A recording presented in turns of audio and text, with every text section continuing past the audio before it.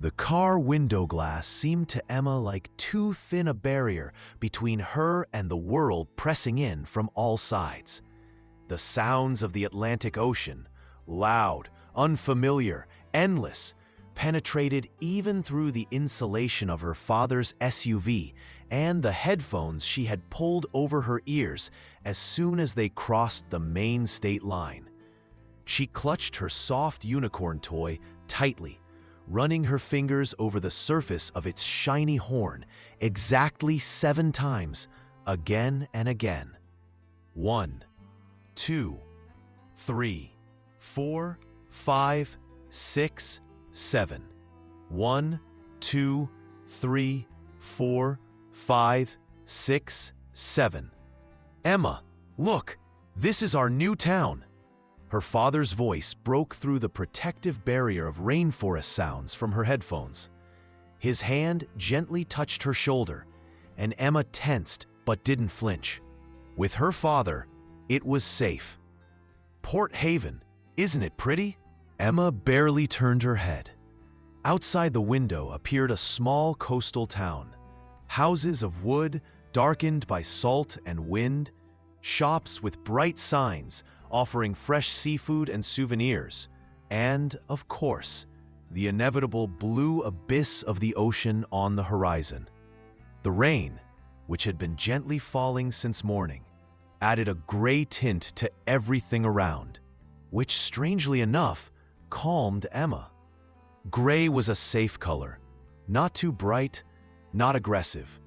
20 more minutes and we'll be home, her father added, trying to catch her eye in the rearview mirror. Home. Emma knew her father wanted her to repeat this word, to try to accept the idea that their new house, which she had never seen, in a town where she had never been, was suddenly supposed to become home. After her mother left, nothing felt like home anymore. She turned back to the window and continued counting, running her fingers over the unicorn's horn. 1, 2, 3, 4, 5, 6, 7. The house turned out to be larger than Emma had expected. 2 stories with whitewashed walls and blue shutters. It stood on a rocky outcrop above the bay, separated from the nearest neighbors by dense pines and shrubs.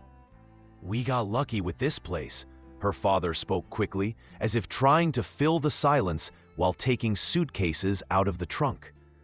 "I'll be able to work from the home office, and you'll have your own room with an ocean view. And there's an attic, too. We can set it up however you'd like."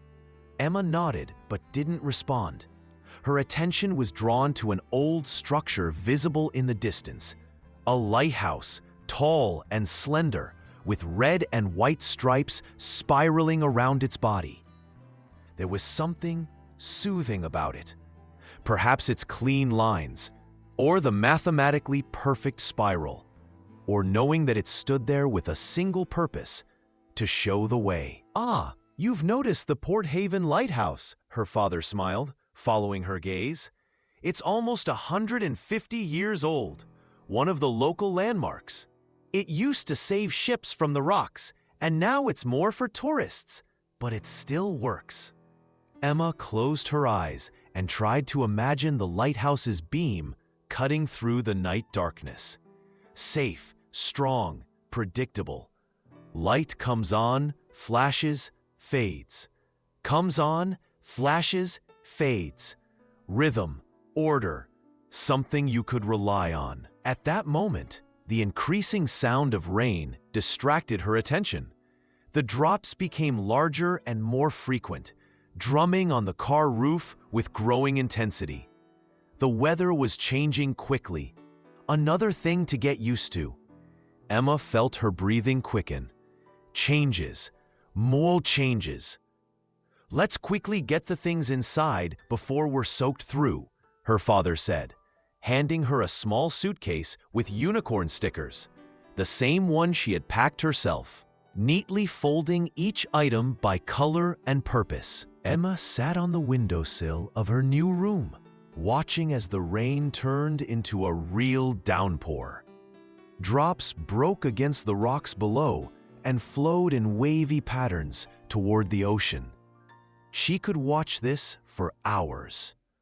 Rain was one of the few natural phenomena that didn't trigger her anxiety, perhaps because of its predictability. It always fell downward, never up, never sideways, only down, obeying gravity, one of the fundamental laws of physics that never changed.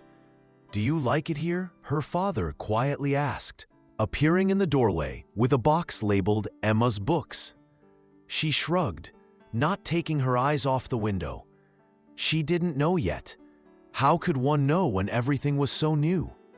New ocean sounds, new smells of salt and old wood, new routes to the bathroom and kitchen that still needed to be memorized. "I know this isn't easy." Her father sat on the edge of the bed, maintaining the distance she always needed.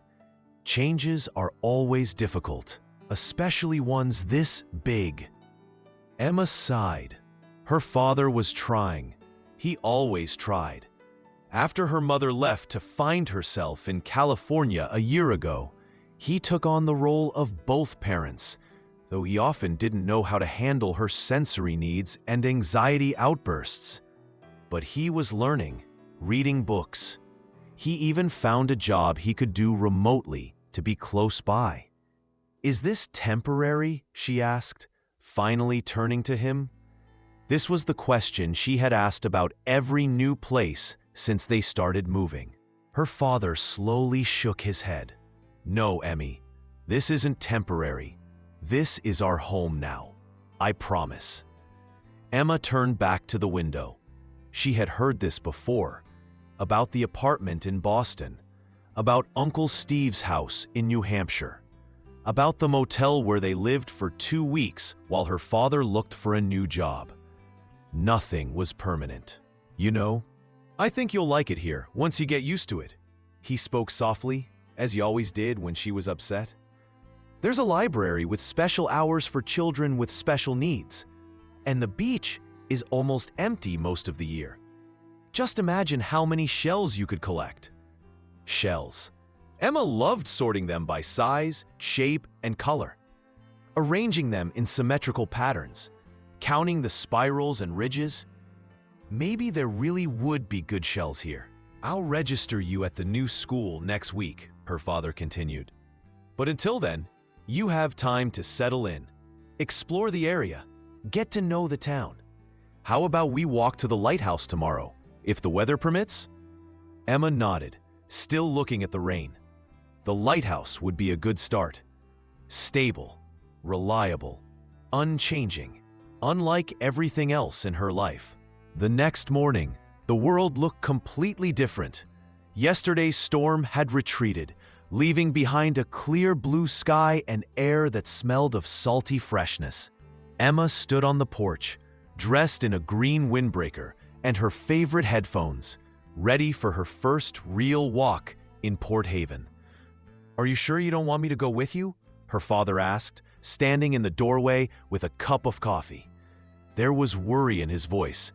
Emma shook her head. "I know the way. The lighthouse is visible from here." She needed this time alone to process all the new surroundings at her own pace, without having to maintain conversation or answer questions. "All right, but take your phone and don't talk to strangers.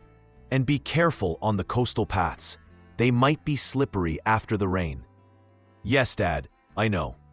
She checked her pocket where her smartphone was with GPS and an emergency app configured for people with autism. The path to the lighthouse turned out to be simpler than she expected. A gravel walkway that ran along the rocky shore, with convenient stairs in places where the rocks became too steep. At first, Emma walked tensely, reacting to every new sound. The cries of seagulls overhead, the noise of waves breaking against the rocks, the wind in the pines. But gradually, the tension began to recede, and she found a certain rhythm in her gait. The lighthouse from up close was even more beautiful than from a distance. Its red and white spiral stripes were brighter than they had seemed yesterday, and it looked majestic and slender against the blue sky. Around the base was a small fenced yard with several benches and information stands about the lighthouse's history. Emma stopped at a sign that explained that the Port Haven Lighthouse was built in 1872 and had saved hundreds of ships from the terrible rocks of the bay. She loved such facts: precise, concrete, historical. Real. Suddenly, from somewhere to the side of the lighthouse, she heard a strange sound, something between a whimper and a quiet yelp. Emma froze. The sound repeated, weak but distinct. Someone was in trouble. Slowly, stepping carefully, she went around the lighthouse. There, behind a pile of old boards and construction debris, she saw it. A dog, small, dirty, with tangled gray-brown fur, trembling from every gust of wind. One of its front paws was unnaturally twisted, and blood was flowing from its nose. Emma froze. Anxiety instantly enveloped her like a cocoon. An unfamiliar dog, possibly dangerous, possibly sick, definitely dirty. She took a step back, but something in the animal's gaze stopped her. Fear, pain, loneliness, all those feelings she knew so well. The dog wasn't growling. It just looked at her with dark, moist eyes that seemed to hold something like hope. Emma wrapped her arms tightly around herself, feeling her heart beating too fast, but she didn't run away. Instead, remembering everything she had ever read about handling injured animals, she slowly squatted down, remaining at a safe distance. "Hello," she whispered, taking off her headphones for the first time that day. "Are you hurt?" The dog quietly yelped again. And for the first time in her life, Emma was sure she understood what another creature wanted to say without words. Her hand slowly reached for her phone. Her father needed to know. They needed a vet. This dog needed help. And for some inexplicable reason, she felt that she was meant to be its beacon in the darkness. When James Hartley saw his daughter's number on the phone screen, his heart stopped. Emma rarely called on her own, especially during walks. He hastily grabbed the phone from his desk, scattering papers he had been sorting. "Emma, is everything all right?" he asked, trying to contain the anxiety in his voice. "Dad, there's a dog here." Emma's voice sounded strangely calm, not panicked as he expected, but rather determined. "By the lighthouse. He's injured. He needs help." James exhaled, feeling a mixture of relief and new concern. "Are you sure he's not aggressive? Don't get too close." "He's not aggressive," Emma replied in a tone that brooked no argument. "He's scared and hurt. He has blood on his nose and an injured paw."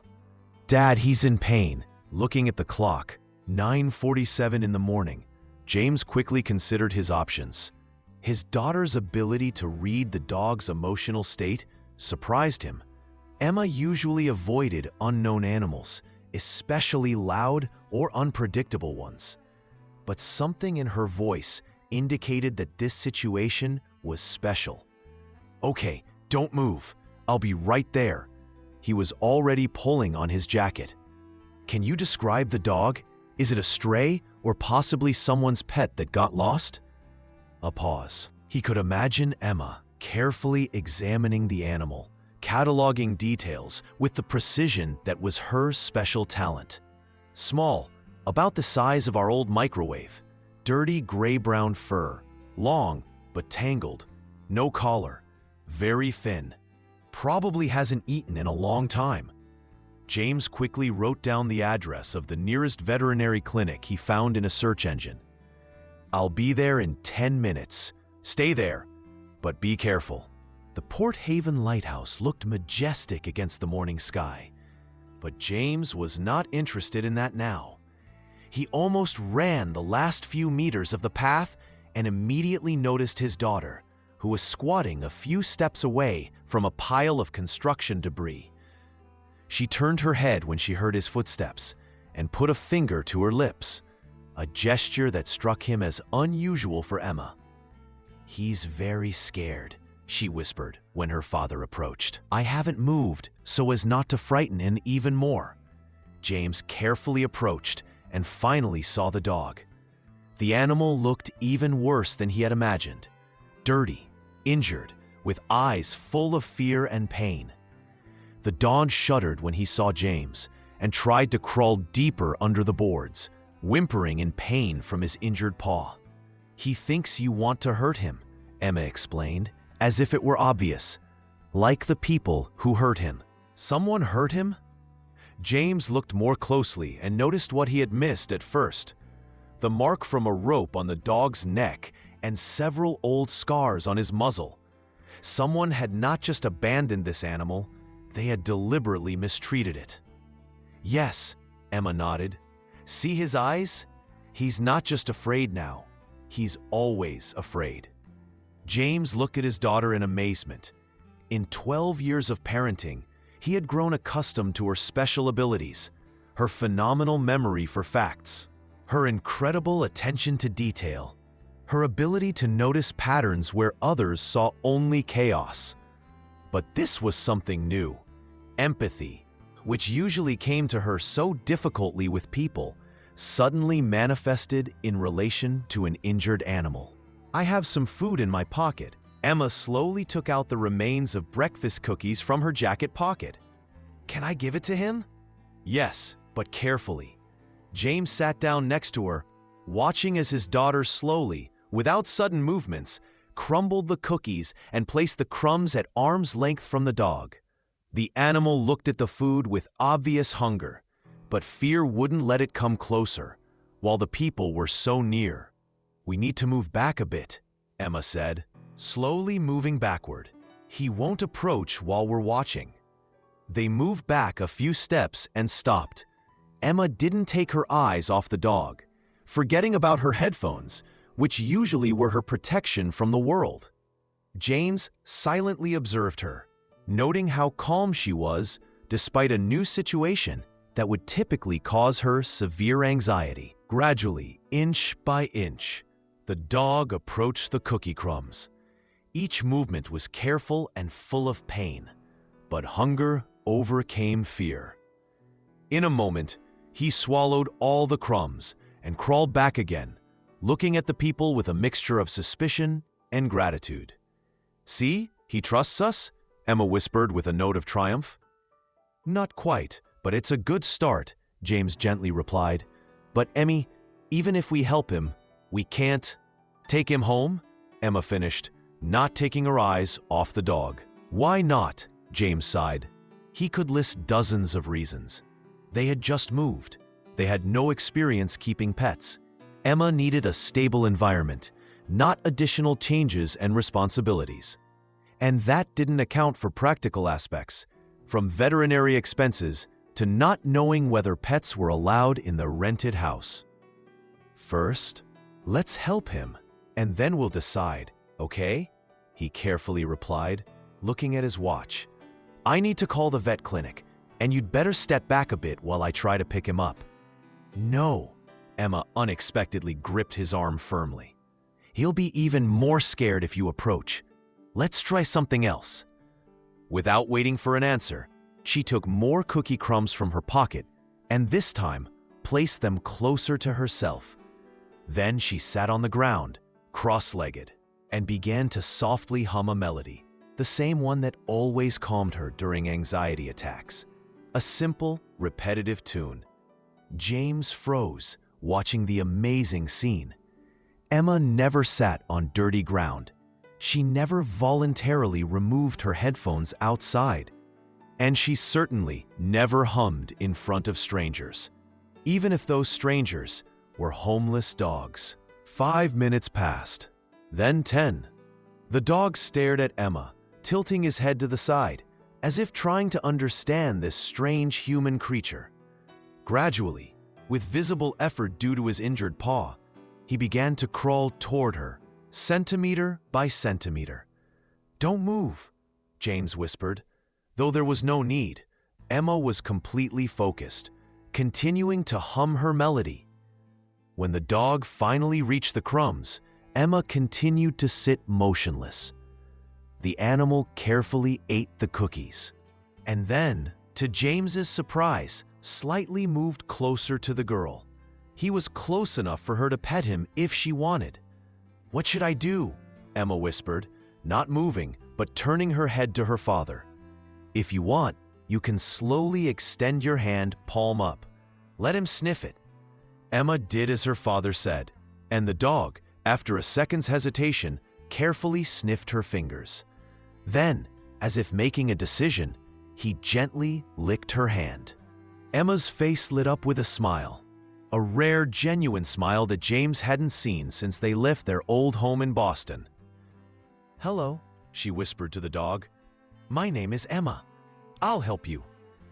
The Paws and Tails of Port Haven Veterinary Clinic turned out to be a small but clean and modern facility. Dr. Marinelli, a middle-aged woman with kind eyes and gray streaks in her dark hair, met them at the door when James called for help from the parking lot.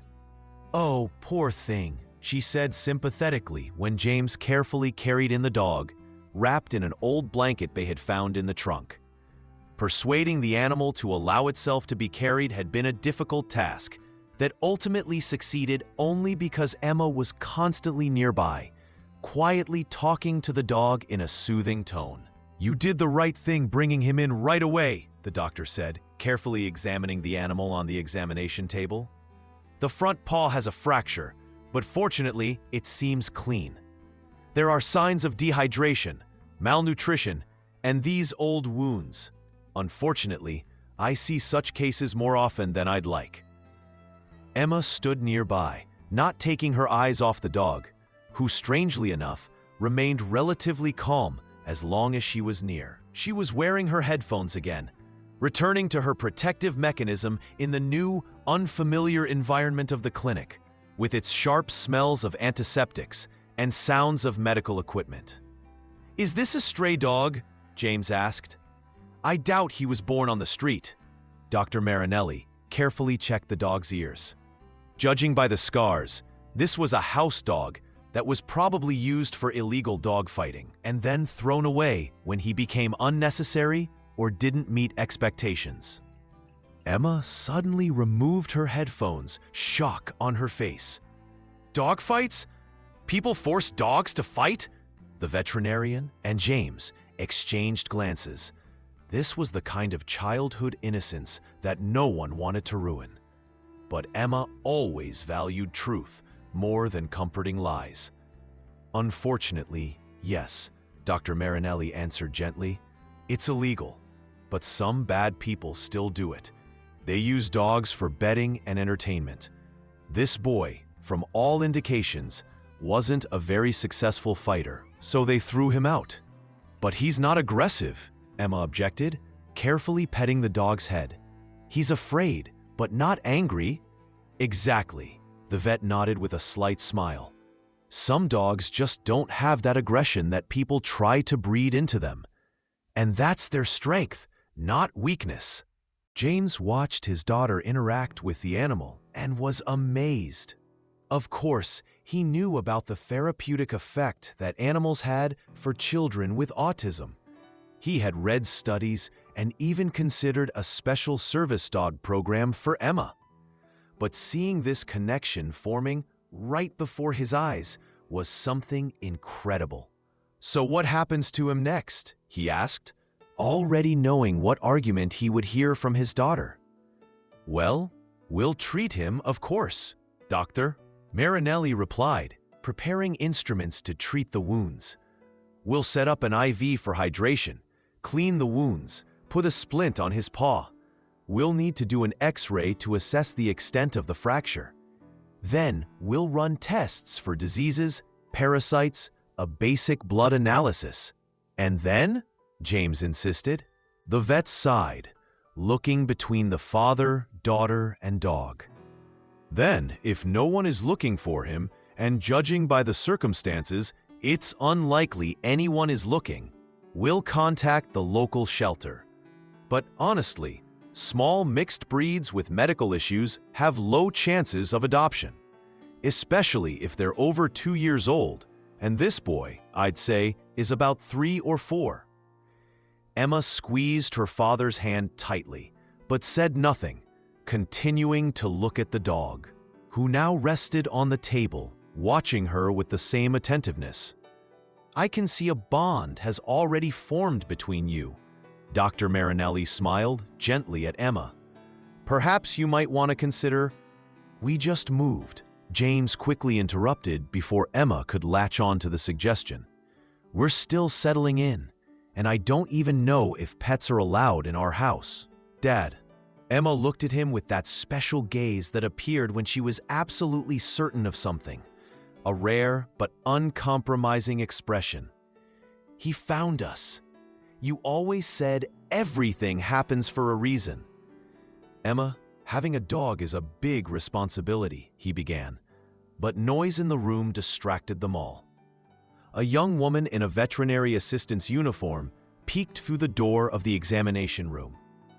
"Dr. Marinelli, the Johnsons' patient is already waiting in the 3rd exam room, and we have 2 more urgent calls on the line." "I'm sorry," the vet nodded to them. "I need to attend to other patients. We'll keep your little friend here for treatment. It will take a few hours. You can leave a contact number at reception, and we'll get in touch when we're ready to discharge him." "We can't leave him," Emma suddenly spoke in panic, grabbing the edges of the table. "He's afraid to be alone. He'll think we abandoned him, like the other people." "Emmy, he needs treatment," James said gently, "and there are specialists here who know how to care for him." "But he doesn't know them. He trusts me, not them."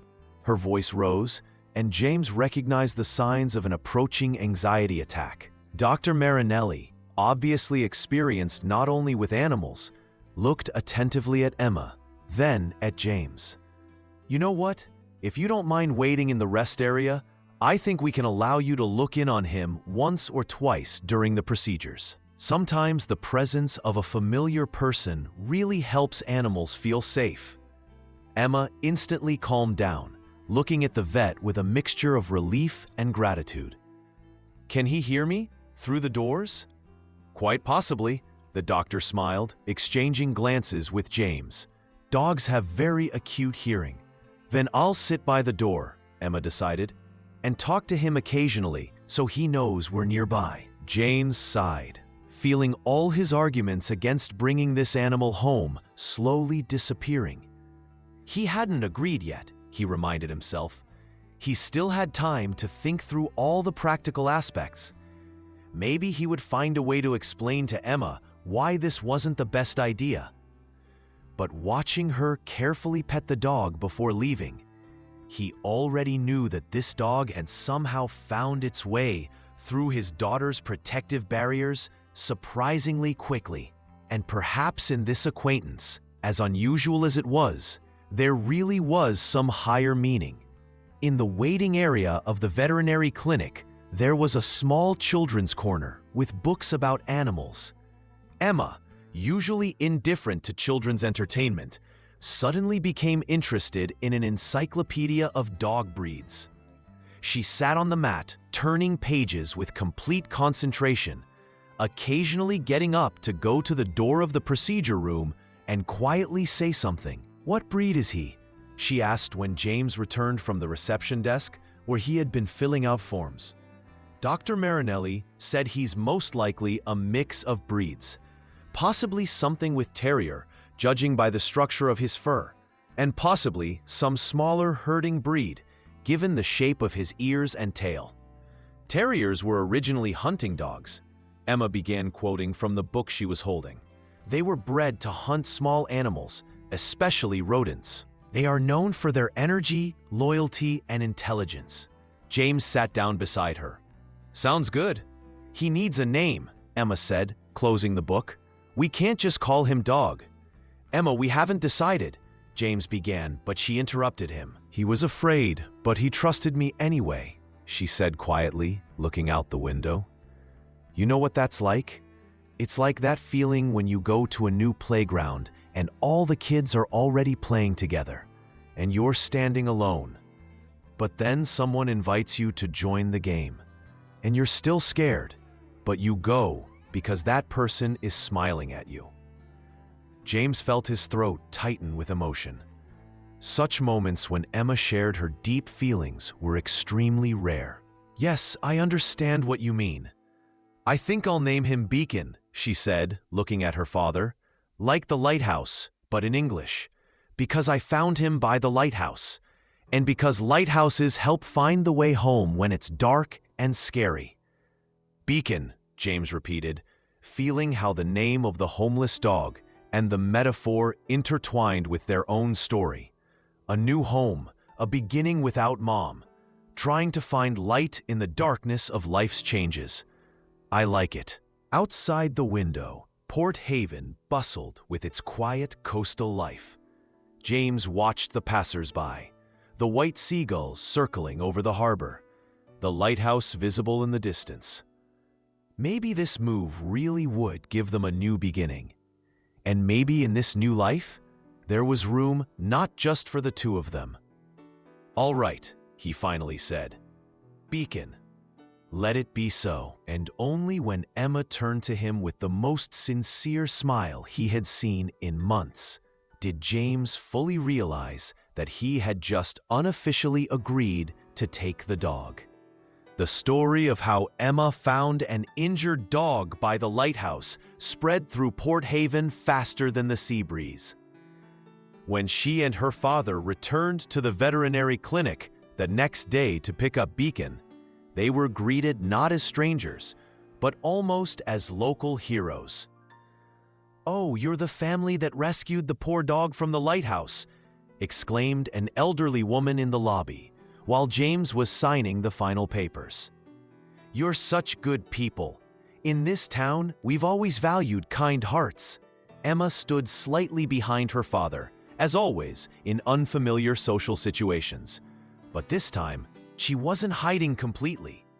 Something about the way people talked about Beacon drew her attention. "Will you be keeping him?" asked the woman, leaning toward Emma. James was about to intervene. He knew how his daughter disliked direct questions from strangers. But Emma unexpectedly answered herself. "Yes, his name is Beacon, like the lighthouse." "Wonderful name," the woman smiled, "and very symbolic for our town. I'm Martha Wilson, by the way. I run the C Pages bookstore on Harbor Street. Stop by sometime. We have a wonderful section of books about dogs and even a few about New England lighthouses." James watched as Emma nodded in response, a small but significant gesture. Usually, she ignored such social initiatives, withdrawing into her inner world or nervously fiddling with her favorite unicorn. "We'll definitely come by," he answered for both of them. "Books are our everything, right, Emmy?" "Yes, especially about animals and lighthouses," she added, again surprising her father with her willingness to participate in the conversation. Dr. Marinelli came out from the examination room doors with a small carrier. "Here's our patient, ready to be discharged." Emma instantly forgot about the conversation and approached the carrier. Through the door, she could see Beacon's face, cleaner than before, with a bandaged paw and much more lively eyes. When he saw Emma, his tail moved slightly. "He remembers me," she whispered with wonder. "Of course he remembers," the vet smiled. Dogs have excellent memory for people, especially those who showed them kindness. James leaned toward the carrier. "Hi, little guy. How are you feeling?" "Much better than yesterday," Dr. Marinelli replied for the dog. The X-ray showed a clean fracture without complications. "We put on a splint that will need to be worn for 4 to 6 weeks. He's dehydrated and malnourished, but there are no serious internal problems."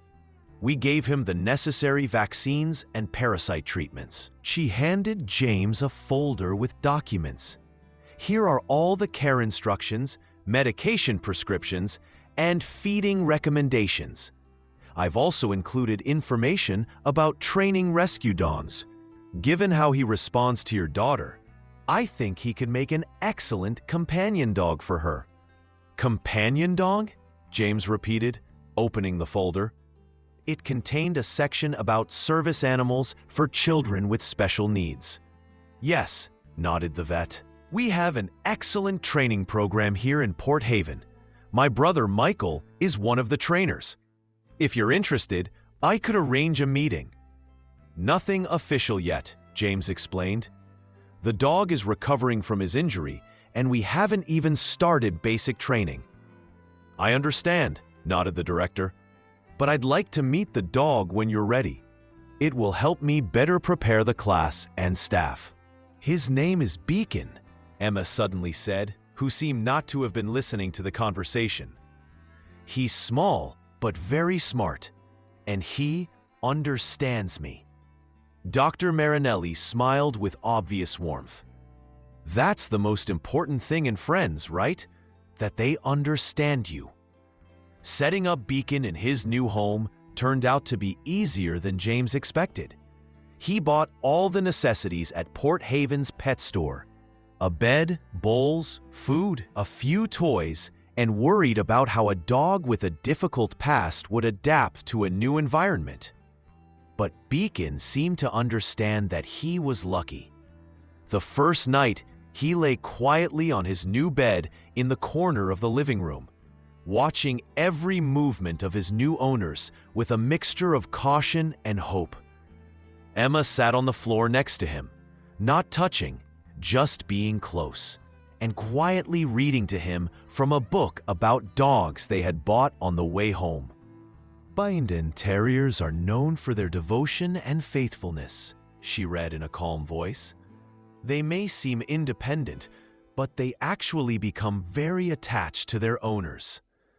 James watched this scene from the kitchen, where he was preparing dinner, and felt a strange feeling, as if their life had begun to shift towards something better. Emma, who usually spent evenings in her room listening to audiobooks through headphones, was now here, in the shared space, reading aloud, as if it were the most natural thing in the world. "Dad," she called, looking up from the book, "it says here that dogs need a daily routine. Can I make a schedule for Beacon? When he eats? When we walk? When we train?" "Of course," James replied, hiding his surprise. Emma loved routines and schedules, but usually this concerned her own needs. That she was transferring this approach to caring for another creature was new and impressive. Later, when Emma was already in bed, James sat on the couch with his laptop and began reading the materials from Dr. Marinelli about companion dogs. What he saw was impressive. Stories of children with autism whose lives were transformed thanks to specially trained dogs. Studies showing reduced anxiety levels, improved social skills, better stress management. It all seemed almost too good to be true. His gaze fell on Beacon, who lay on his bed, his muzzle resting on his paws, watching him attentively. "What do you think, buddy?" James quietly asked. "Think you could be a therapy dog?"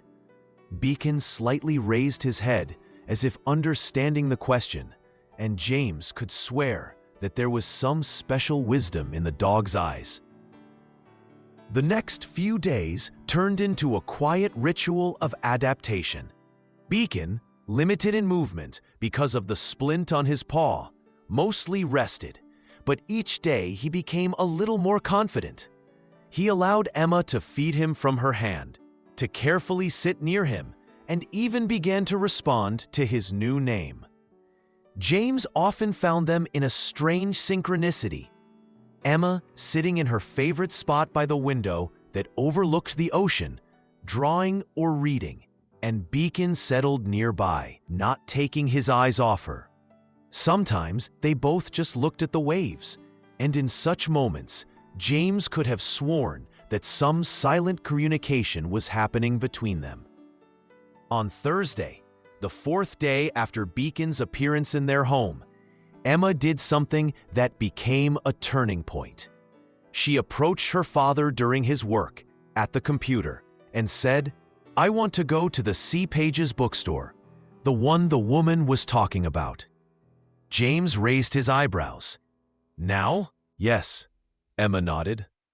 "I want to find a book about dog training and about Maine lighthouses." "That's a great idea," James replied, closing his laptop. "But are you sure you want to go today? We still don't know the town very well." "I have GPS on my phone," Emma replied practically, "and I downloaded a map of Port Haven.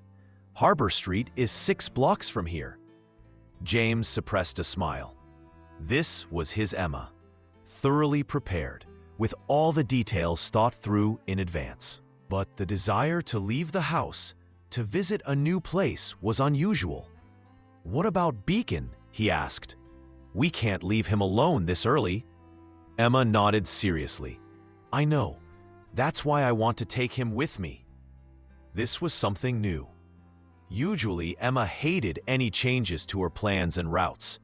Adding a dog to her first real walk in a new place was a significant risk in her understanding.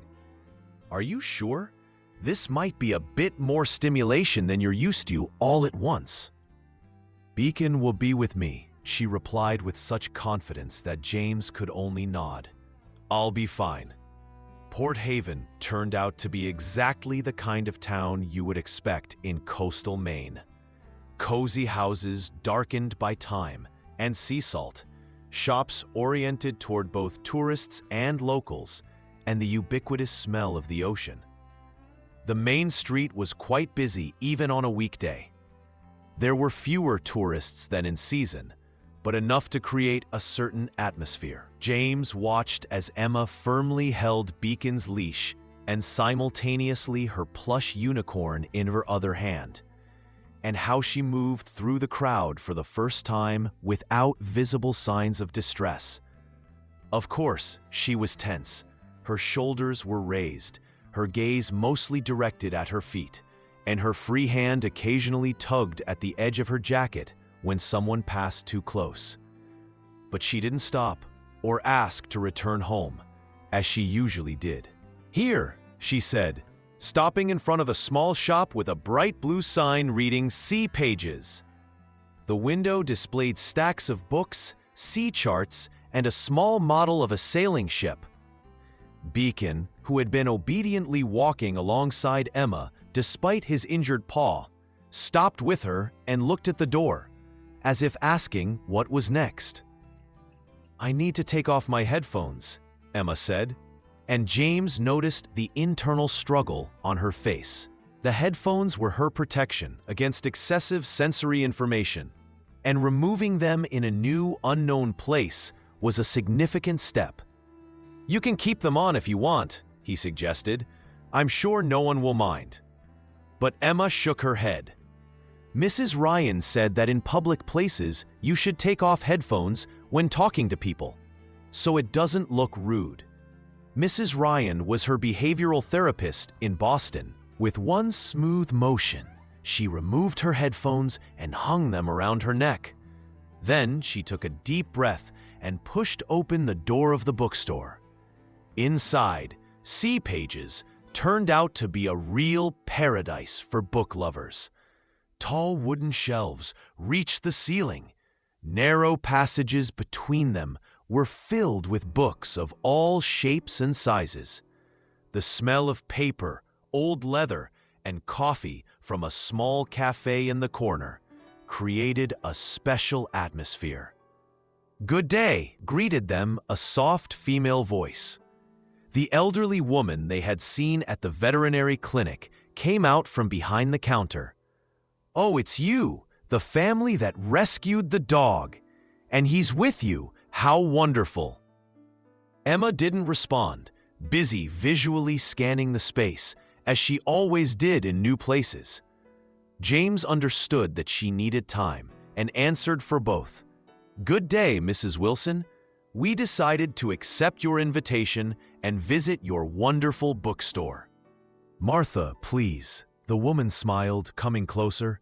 And this is the famous dog? She leaned toward Beacon, but didn't try to touch him, which James appreciated. Obviously, she understood that one should be careful with a former stray dog. Emma finally spoke, though somewhat formally. His name is Beacon. He's approximately 3 to 4 years old, according to the vet's assessment.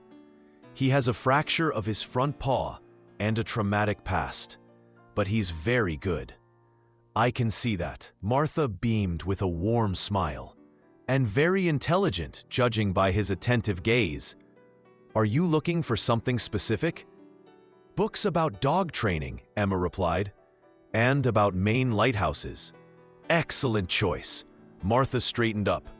The animal section is in the second aisle to the right, and books about local history and landmarks are in the far corner. But she hesitated, looking at Beacon.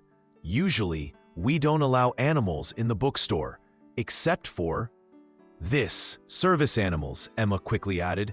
I know, Beacon is not officially registered as a service dog, but we plan to train him as a companion dog. Dr. Marinelli said there's a program in Port Haven. Martha looked pleasantly surprised. Yes, that's true. My nephew Ryan participates in that program. He has cerebral palsy, and his Labrador, Sunny, helps him with everything, from maintaining balance to picking up things he drops. She leaned closer to Emma. And you know what? For Beacon, I'll make an exception. He looks very well-behaved and calm. Emma turned to her father, seeking confirmation that this conversation was going well. James nodded slightly and gave an encouraging smile. Thank you, Emma replied to Martha. We'll be careful, and I won't let him touch the books. Oh, I'm sure you won't. Martha winked at her. Well, make yourselves at home. If you need help, just ask. The bookstore turned out to be a surprisingly calming place for Emma. The quiet, well-organized environment with clearly marked sections matched her need for structure. She quickly found the animal section and immersed herself in studying books about dog training, sitting right on the floor with several selected volumes, while Beacon quietly lay next to her. She seems happy, Martha remarked quietly, approaching James, who was watching his daughter from a short distance. Yes, he nodded, a bit surprised by this observation.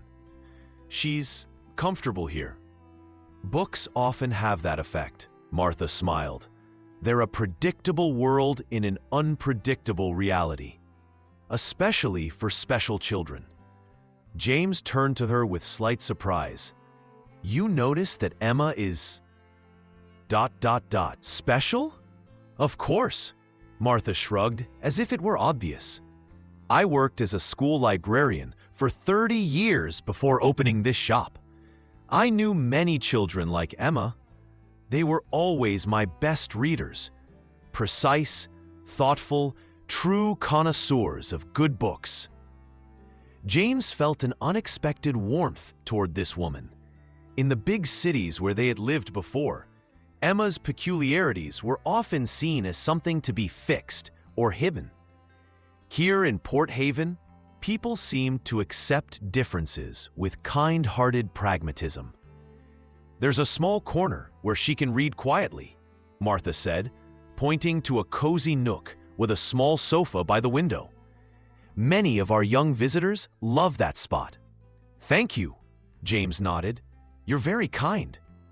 This is Port Haven, Martha simply replied. Here we care for each other. And excuse my directness, but you and your daughter look like you need some care. James hesitated, but then quietly replied, It's been a difficult year. Emma and I, we're still adapting to life without her mom. Martha nodded gently, offering neither typical condolences nor awkward questions. Well, if you need a place to sort out your thoughts quietly, this bookstore is always open. And if you need information about the local school, programs for children with special needs, or just good coffee, I'm at your service as well. "Mom, it's them." A young female voice suddenly called from the far aisle. A girl of about 20, with bright red hair and a wide smile, came out from behind a shelf. "The same people Mike was talking about, with the dog from the Lighthouse." "Lizzie, don't shout in the bookstore," Martha gently reprimanded. "Yes, this is Mr. Hartley and his daughter Emma, and of course, Beacon." "How cool!" The girl approached, but noticing how Emma tensed in the far corner, stopped at a safe distance. "Sorry for the noise. I'm Lizzie, Martha's granddaughter. I work with Michael Marinelli in the service dog training program. We're so glad you saved this boy." James glanced at Emma, who had frozen with a book in her hands, listening to the conversation, but not raising her eyes. "We're still just considering the possibility of training," he carefully replied. "Beacon is still recovering." Of course, Lizzie nodded. "But if you decide, here's my card." She extended a bright card. "I'm currently working on my certification as a service dog trainer for children with special needs. Michael is my mentor. We'd be happy to help." James took the card, feeling a strange excitement. It seemed that all of Port Haven was ready to support them, though they had only been here for a few days. "I don't know how you lived before, but here in Port Haven, we believe it takes a village to raise a child." Martha seemed to read his thoughts. "And special children need a special village." They returned home with 5 books, a cup of hot chocolate for Emma, in an eco cup that Martha insisted they take with them, and a cup of coffee for James. Beacon, though looking tired from the walk, seemed content and calm. Emma held his leash with pride that James rarely saw in anything related to social interaction. "You did well today," he said as they climbed the steps to the house. "That was a nice outing." "I know," Emma replied with a rare smile. "Beacon did well too. He wasn't afraid of new people." "And you weren't afraid," James gently noted. Emma stopped on the porch, looking at the ocean in the distance. "I was afraid," she hesitated, as if searching for the right words. "But differently. Not so that I couldn't breathe, just nervous." James understood that this was a huge step. Emma hadn't just endured a social situation. She had begun to distinguish shades of her anxiety, work with them, rather than simply fleeing. "I also liked Martha," Emma added, entering the house. She didn't talk too loudly or ask stupid questions, and she let Beacon come in, even though he's not a service dog yet. "Yes, she seems like a good person," James agreed, opening the door. "And her granddaughter Lizzie, did you hear that she works in the service dog training program?" Emma nodded, carefully releasing Beacon from his leash in the hallway. "I want Beacon to learn to be my service dog." She pulled one of the books from her bag and opened to a bookmark she had made in the bookstore. "Look, it says here that dogs can learn to sense approaching anxiety attacks even before the person notices. They can distract from self-stimulation and help interact with other people." She looked at Beacon with genuine admiration. "Do you think he can learn all this?" James looked at their little weathered dog, who was sitting at Emma's feet, looking at her with the same devotion. "You know what? I think he's already started doing this." That night, while tucking Emma into bed, James noticed something unusual. Her room was a bit different. Usually, everything was perfectly organized, books arranged by size and color, toys placed in exact symmetry, the bed made with mathematical precision. Today, a small bedding appeared in the corner of the room, a small blanket spread on the floor, with a pillow at the edge. "What's this?" he asked, pointing to the makeshift bed. "For Beacon," Emma replied, as if it were obvious. "If he wants to sleep here instead of in the living room." James hesitated. He had always tried to maintain Emma's bedroom as her safe space, free from any changes or surprises. A dog in her room was a new element that could disrupt her strictly regulated night routine. Are you sure? What if he moves around at night or wants to go out? Emma nodded. I read that dogs should sleep near the people they protect. That's how they better sense their needs. But I won't force him. He'll decide for himself. James smiled. His daughter, who previously required that even he knock before entering her room, was now ready to share her space with an animal. This was more than progress. It was a small miracle. Okay, we'll try, he agreed. But if there are problems, I know what to do, Emma answered seriously. I've created a protocol. A protocol? James repeated, suppressing a smile. Emma pulled out a neatly written sheet of paper from under her pillow. Protocol for sleeping with a dog, she read. Point 1. If Beacon seems restless, allow him to leave the room. Point 2. If he soils anything, immediately notify Dad and help clean up. Point 3. Do not wake Beacon during sleep, even if you want to pet him. Impressive, James replied sincerely. You've really thought of everything. I want him to be comfortable with us, Emma said simply. So he knows we won't abandon him like those people before us. We won't abandon him, James confirmed, feeling something tighten in his chest. He's part of our family now. Emma nodded, satisfied with the answer, and then looked toward the door where Beacon was sitting, watching the night ritual with cautious curiosity. Beacon, do you want to sleep here tonight? She asked quietly, patting the makeshift bed. To James's surprise, the dog slowly approached, carefully sniffed the blanket, and then neatly settled on it, resting his head on his paws and not taking his eyes off Emma. He understands, she whispered with such reverence that James didn't dare to argue. He leaned down to kiss her goodnight, then quietly left the room, leaving the door slightly ajar for Beacon if he wanted to leave. Stopping in the hallway, James heard Emma talking quietly to the dog. You know, Beacon, when I first came here, I thought I would hate this place. But now I have you. And maybe it's not so bad. James leaned against the wall, feeling his eyes fill with tears. After a year of struggle, single parenting, endless therapies and school meetings, moves, and trying to piece their life back together after Caroline left, finally, something was starting to change. And that something came in the form of a small, life-worn dog that they had found by the lighthouse. In his room, he paused by the window, looking at the ocean and the distant lighthouse. The lighthouse light flickered in the darkness, rhythmic, unchanging, showing the way to lost ships. Now, for the first time in a long time, James felt that their own ship had finally found the right course to a safe harbor. And all thanks to one small beacon in the darkness named Beacon.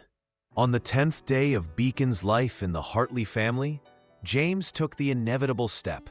He registered Emma at the local Port Haven school. He had put this off as long as he could, knowing how traumatic the transition to a new school was for his daughter.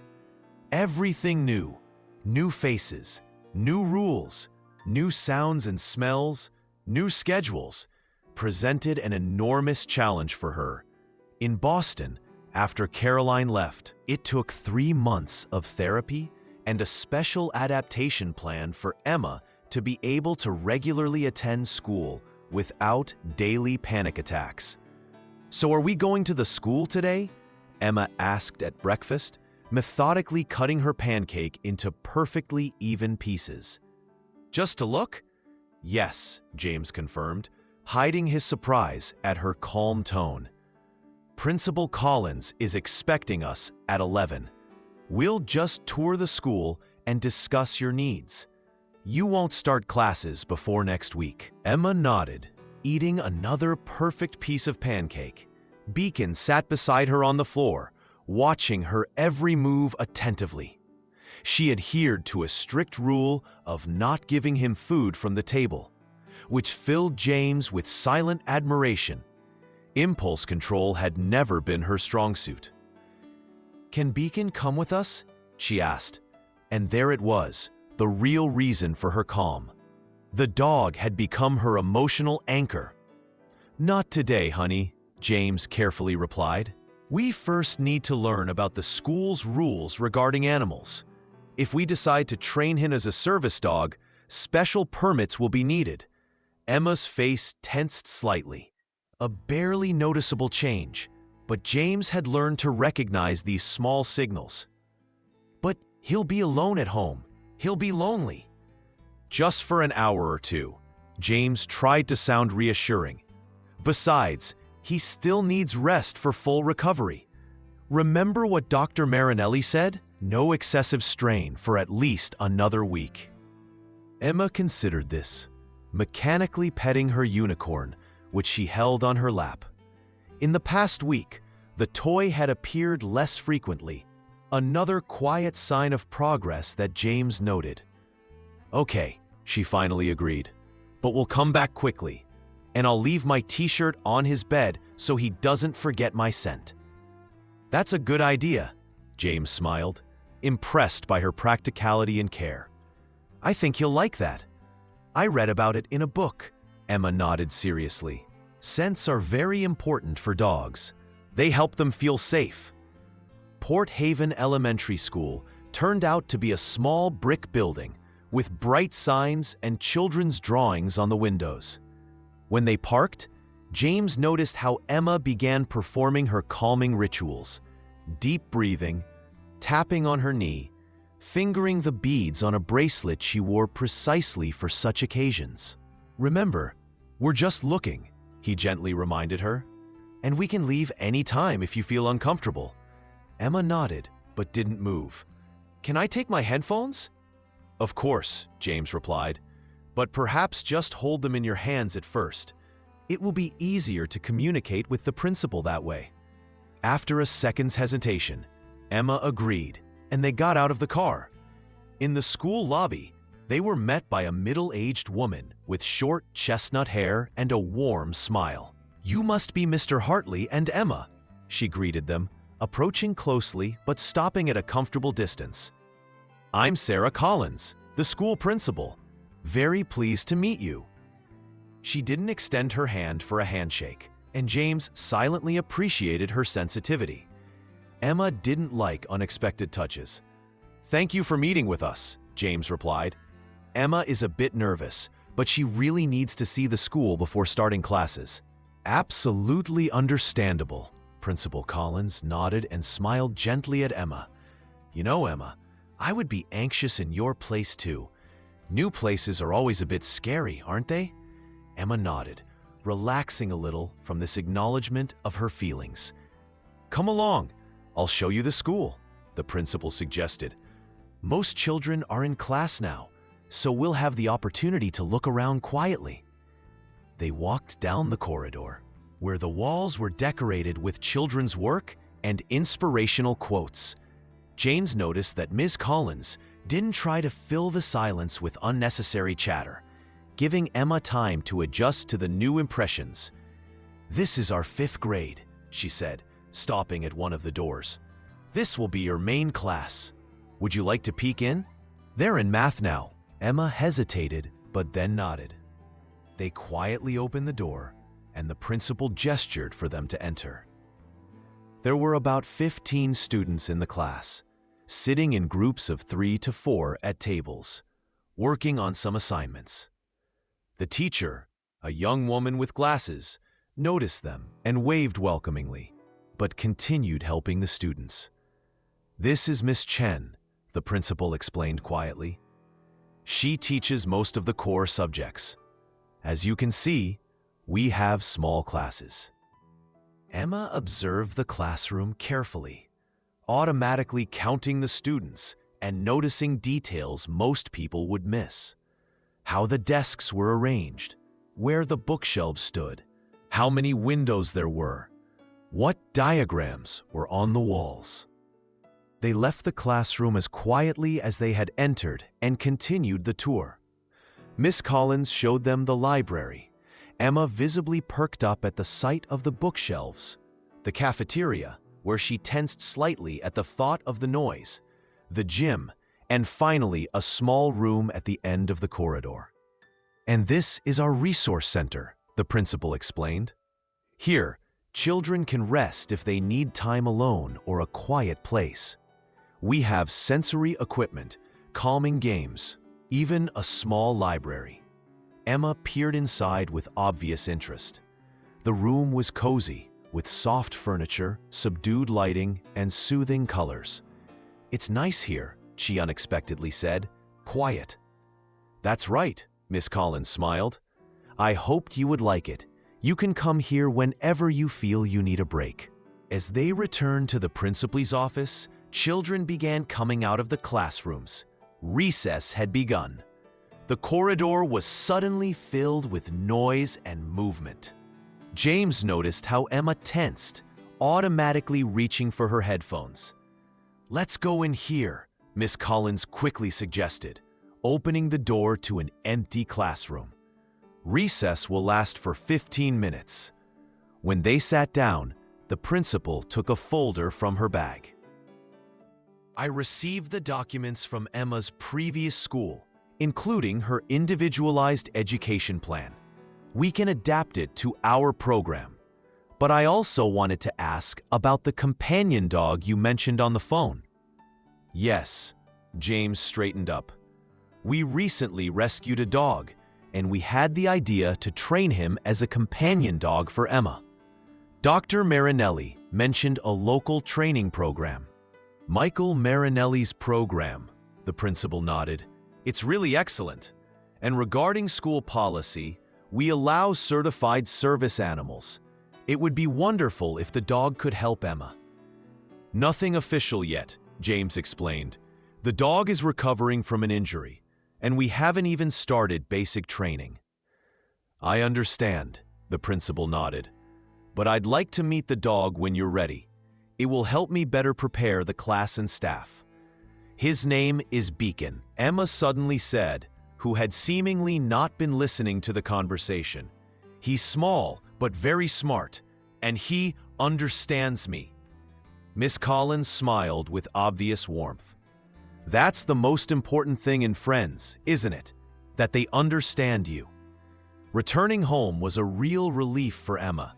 As soon as they crossed the threshold, she was greeted by an excited Beacon who, despite his injured paw, joyfully welcomed her, wagging his tail. For the first time that day, she genuinely smiled. "I told you we'd come back quickly," she said, bending down to pet the dog. "Were you a good boy? Weren't you afraid to be alone?" Beacon licked her hand, as if answering yes. "How did you like the school?" James carefully asked when they went to the kitchen for lunch. Emma shrugged, which could mean anything from okay to "I hate that place." James waited, knowing she needed time to formulate her thoughts. "There was a nice resource center," she finally said, "and a library.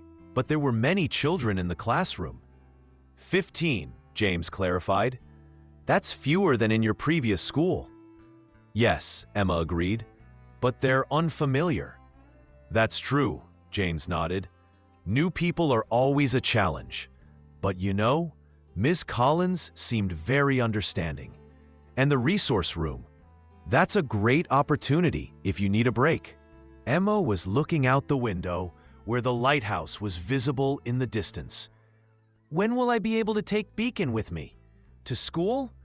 "Well, for that, we first need to connect with the training program the vet mentioned," James explained. "It will take several months, and Beacon needs to recover completely." "And until then?" "Until then, you'll have to go to school alone," James said gently. "But we can develop a plan. For example, you could carry a picture of Beacon with you. Or maybe we could arrange with Ms. Collins for you to call me during lunch break, and I could show you Beacon via video call." Emma thought about this, taking a bite of her sandwich. "I like that. Video calls." "Then that's what we'll do," James nodded, "and I'll arrange a meeting with Michael Marinelli for next week to learn more about the training program." A comfortable silence followed. Emma ate her lunch in her usual methodical way, occasionally glancing at Beacon, who was calmly lying nearby. James couldn't help but notice the changes that had occurred in her during this short time. More smiles, fewer anxious episodes, greater willingness to talk. "I want to make a schedule," Emma suddenly said when she finished eating, "for school and for training Beacon." "Good idea," James supported her. "There's a scheduling app on your tablet, remember? The one we used in Boston?"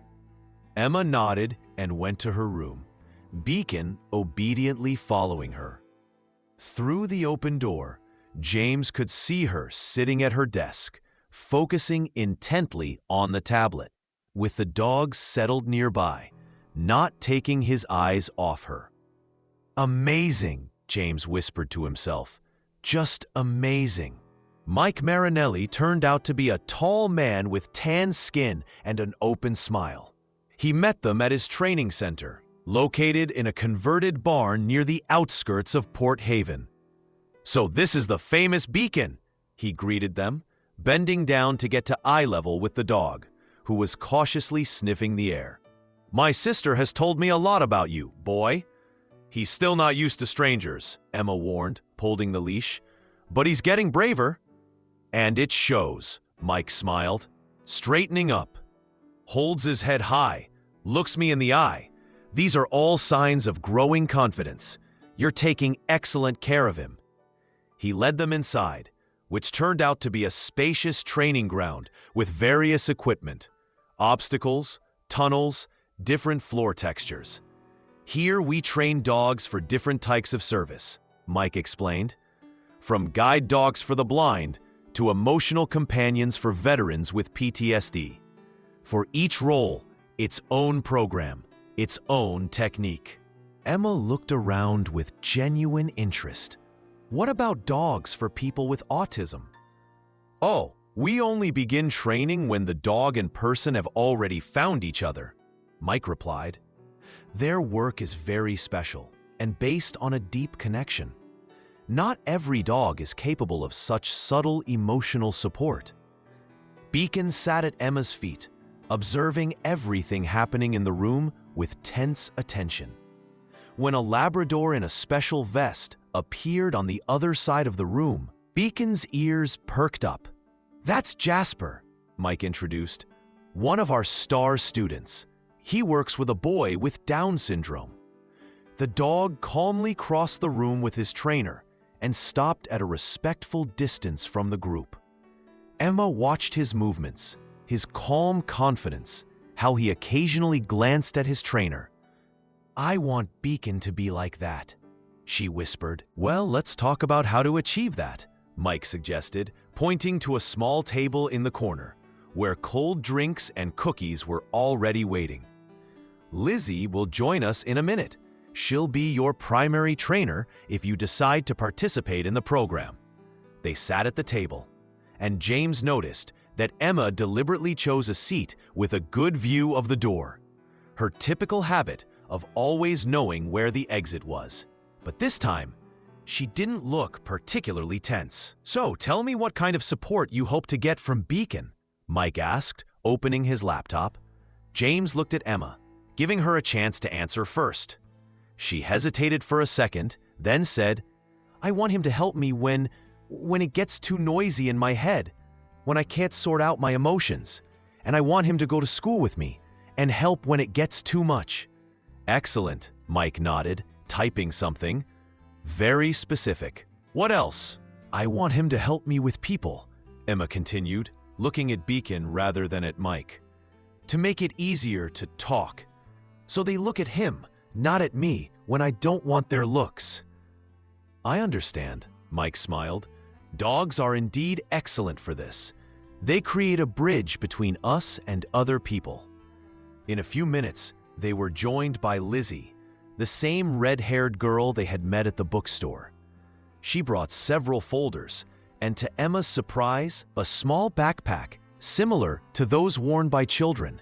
"Hello again," she greeted them enthusiastically. "I'm so glad you decided to learn more about our program.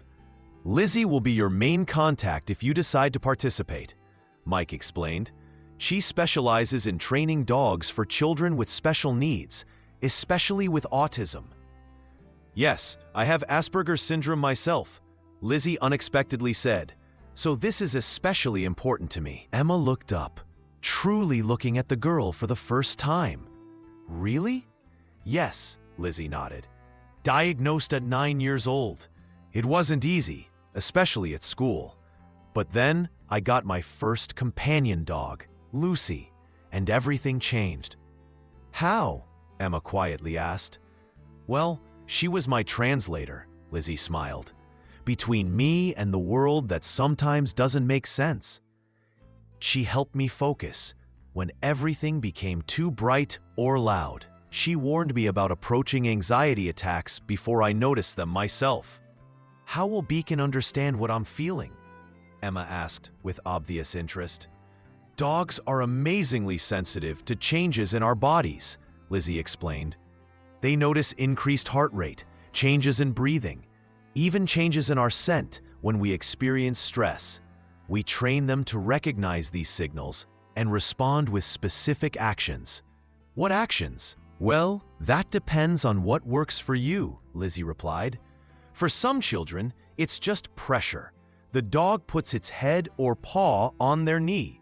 For others, it's distraction, like bringing a toy or leading them to a quieter place.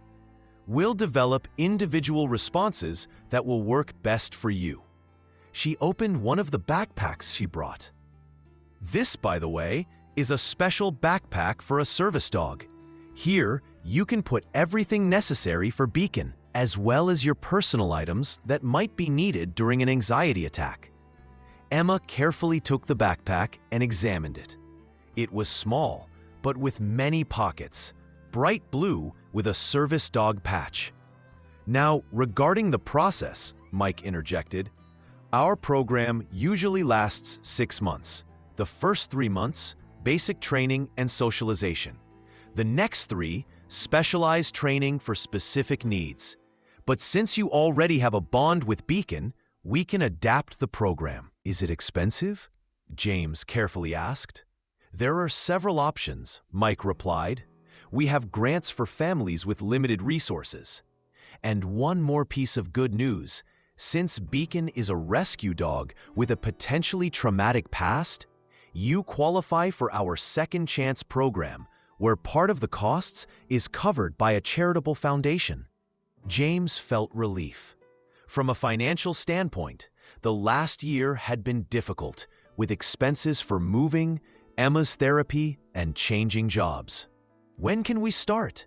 Emma asked, not taking her eyes off the backpack she was holding. "First, we need the vet to confirm that Beacon is fully healthy," Lizzie replied. "But we can start with simple things right now. Basic obedience, establishing routines, strengthening your bond."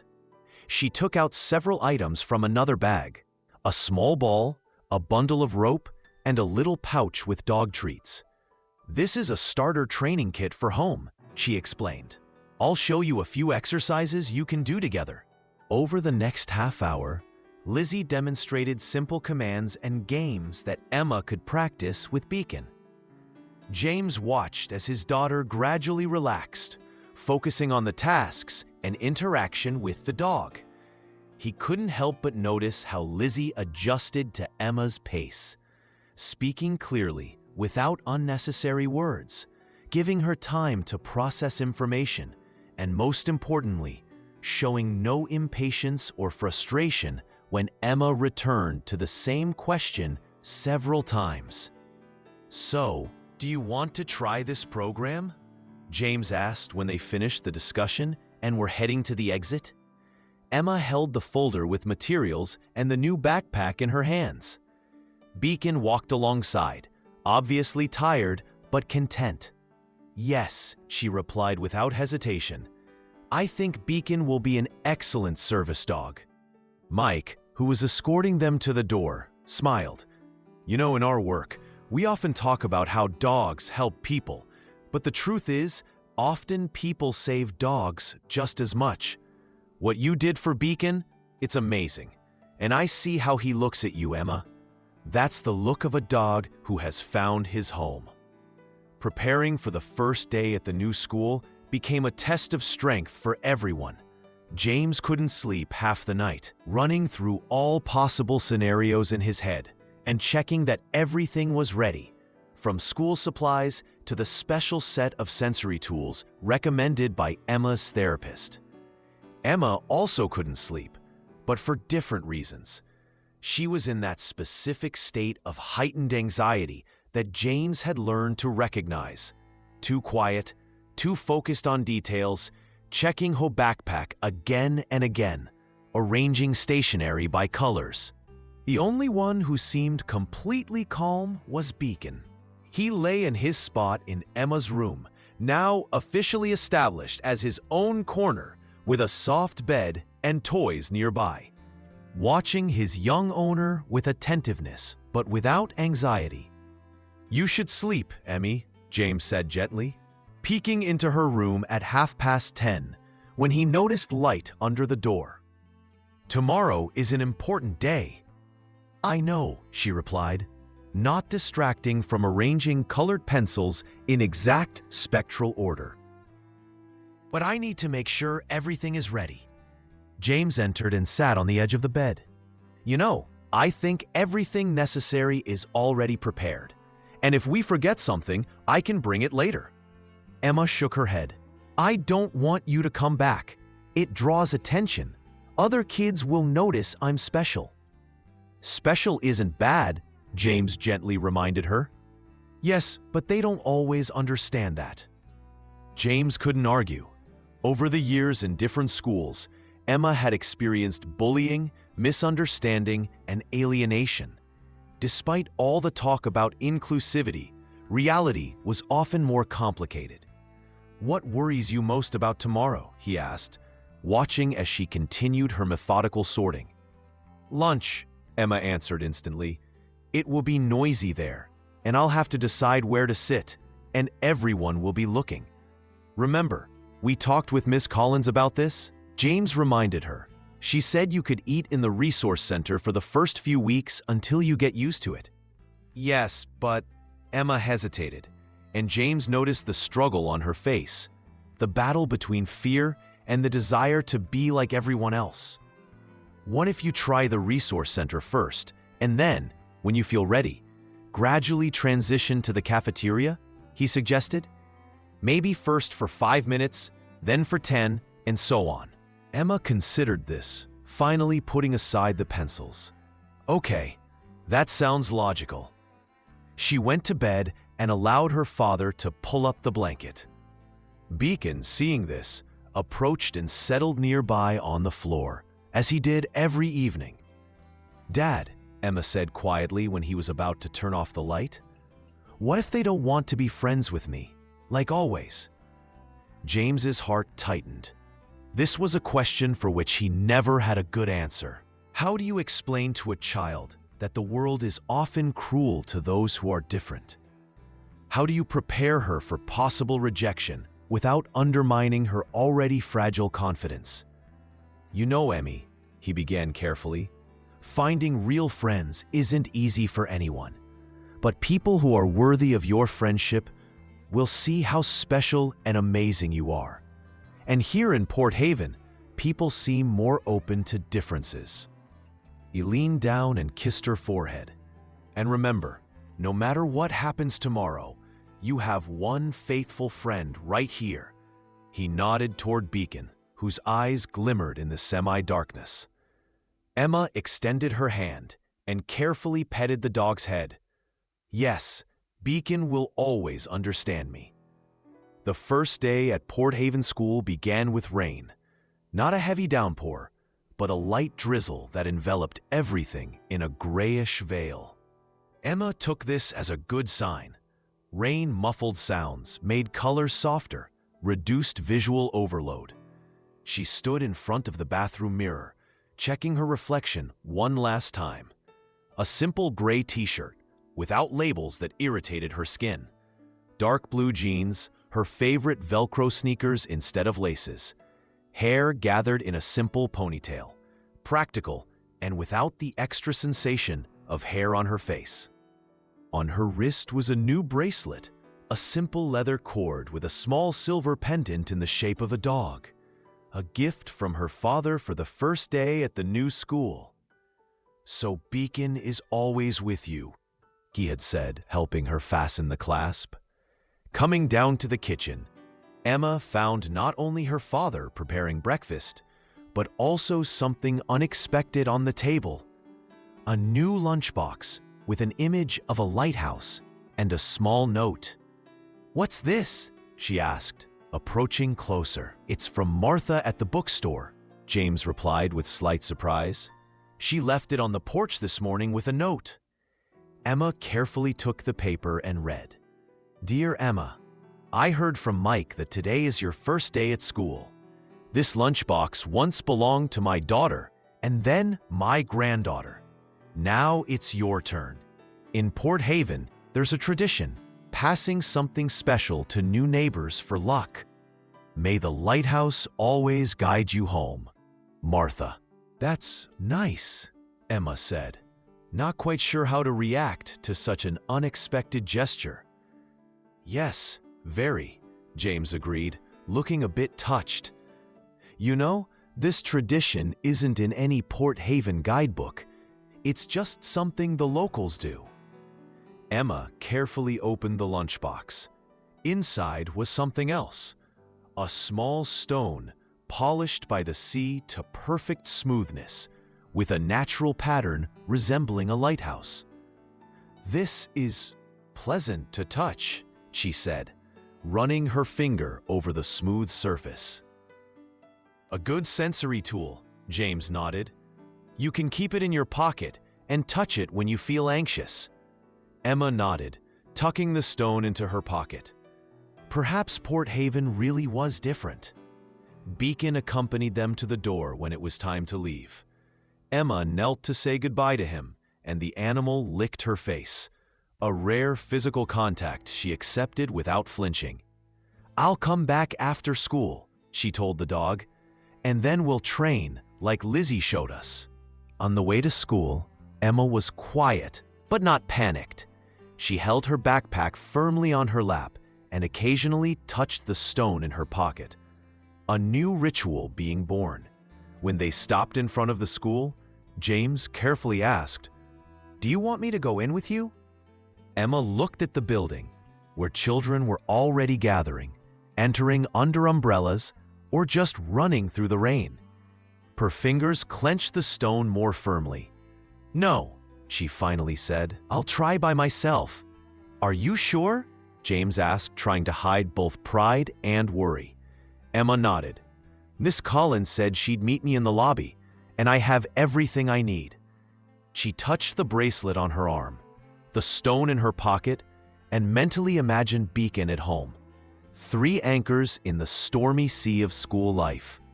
"You can call me at any moment," James reminded her, "and I'll be here at 3, as agreed." Emma nodded and opened the car door. Before getting out, she unexpectedly turned and quickly hugged her father, briefly but tightly. "Thank you, Dad," she whispered. James watched as she walked toward the school, a small figure with a backpack that seemed too big for her delicate shoulders. She didn't turn around, focused on the task ahead, as always when facing something difficult. He remained in place until she disappeared behind the school doors, and then a bit longer, feeling a strange mixture of pride and longing. His little girl was growing up, gradually finding her own way in a world that didn't always understand her. And in this journey, she was helped not only by her father, but also by an amazing dog she had found by the lighthouse. A dog who seemed to understand her better than most people. The day dragged on endlessly. James tried to work but constantly checked his phone, expecting a call from the school. Beacon also seemed restless. He often approached the front door and listened, as if expecting Emma's return. "She'll be back at 3:30, James told the dog when he approached the door once again. "You miss her too, don't you?" Beacon looked at him with intelligent eyes and quietly barked, something he rarely did, mostly communicating through quiet sounds and body language.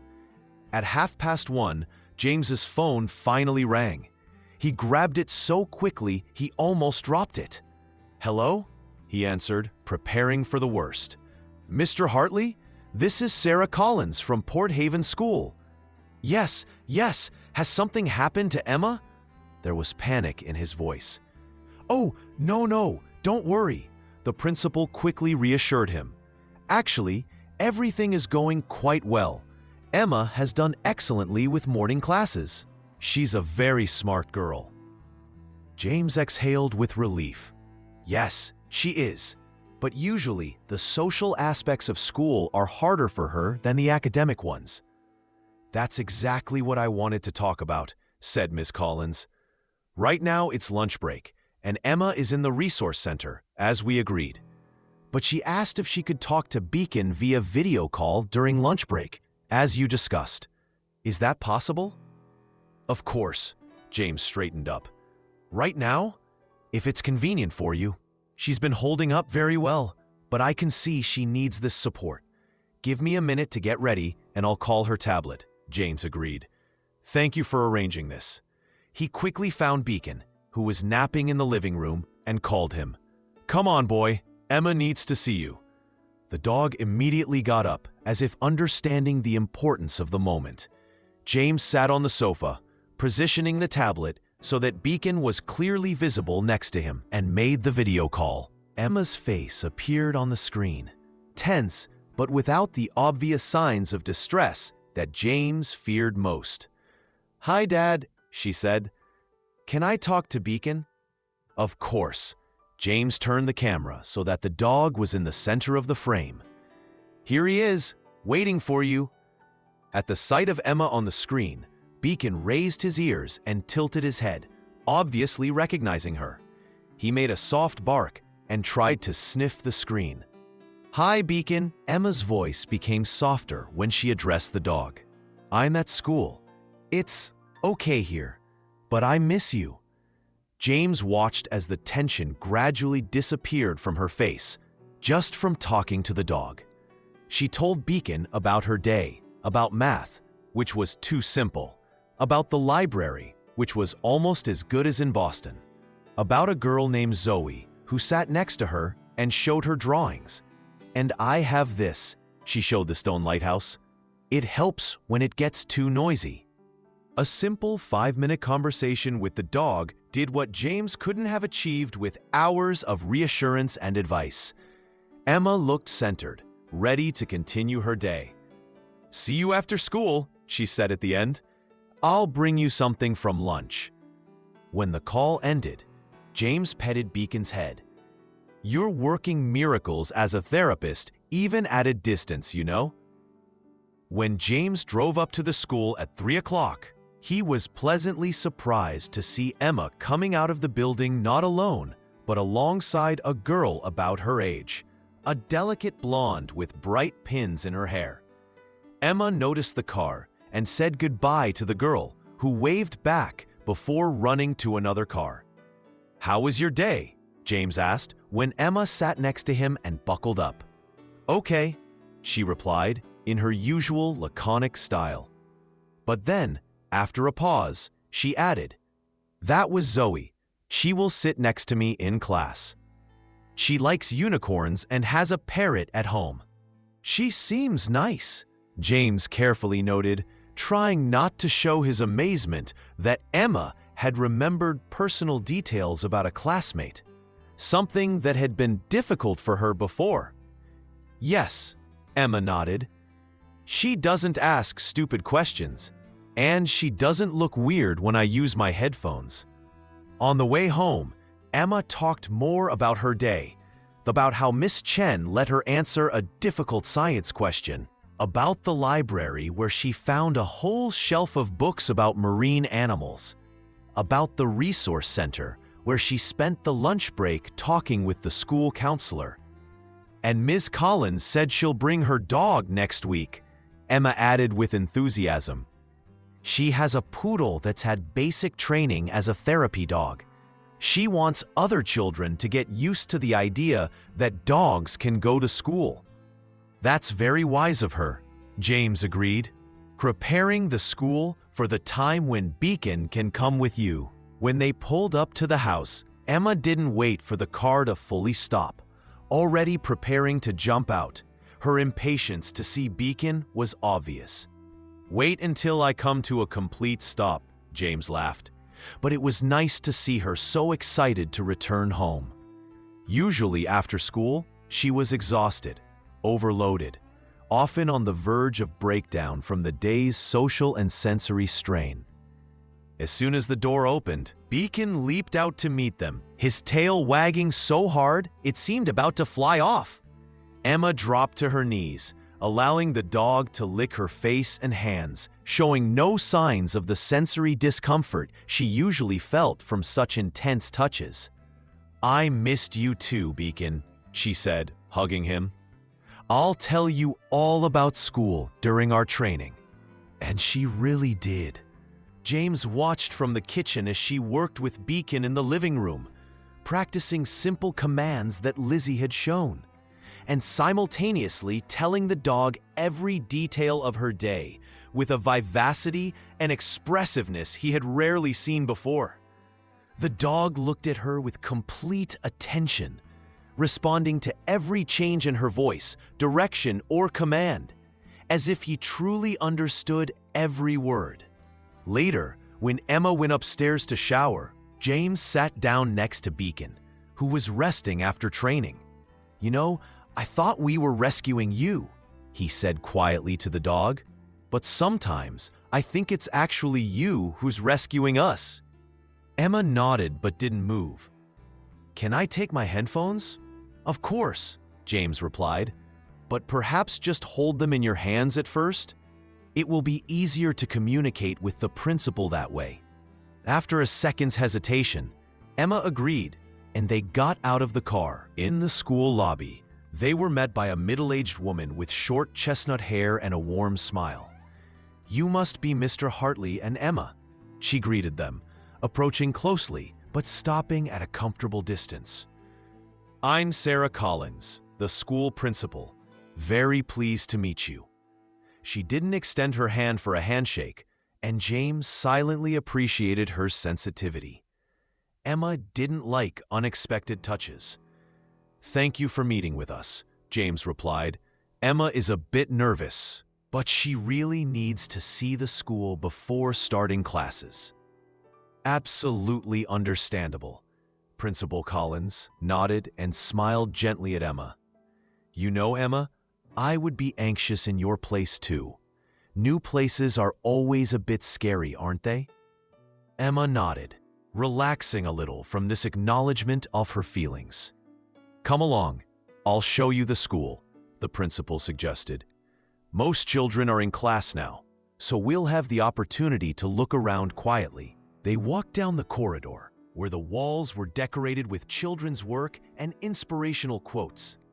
James noticed that Miss Collins didn't try to fill the silence with unnecessary chatter, giving Emma time to adjust to the new impressions. "This is our 5th grade," she said, stopping at one of the doors. "This will be your main class. Would you like to peek in? They're in math now." Emma hesitated, but then nodded. They quietly opened the door, and the principal gestured for them to enter. There were about 15 students in the class, sitting in groups of 3 to 4 at tables, working on some assignments. The teacher, a young woman with glasses, noticed them and waved welcomingly, but continued helping the students. "This is Miss Chen," the principal explained quietly. "She teaches most of the core subjects. As you can see, we have small classes." October in Port Haven brought new colors and coolness.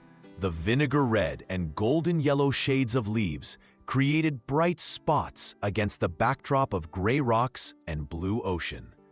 Emma started a daily tradition of collecting the most beautiful leaves on her way from school, carefully placing them between the pages of a heavy book at home, and then cataloging them by color, shape, and the tree they came from. After 6 weeks in Port Haven, the Hartleys' life gradually took on a new rhythm. Emma adapted to school better than James could have hoped. Her teacher, Ms. Chen, turned out to be sensitive and understanding, agreeing to adaptations that helped Emma absorb information in the best way for her. Zoe, the girl with bright hairpins, had become something of a friend. Not as close as James might have hoped for his daughter, but at least a stable presence during lunch breaks and group assignments. But the biggest progress was with Beacon. Training with Lizzie had become Emma's favorite part of the week. Every Wednesday and Saturday, they visited the training center, where Beacon learned to respond to various commands, recognize signs of anxiety in Emma, and react appropriately. The small dog, who once trembled with fear, now confidently wore a special vest during training, holding his head high, as if understanding the importance of his new role. "He's a natural service dog," Lizzie noted at their last session, watching as Beacon flawlessly performed a complex sequence of commands. "Usually, it takes us much more time to achieve this level of obedience and focus." "He's smart," Emma shrugged, but there was a note of satisfaction in her voice.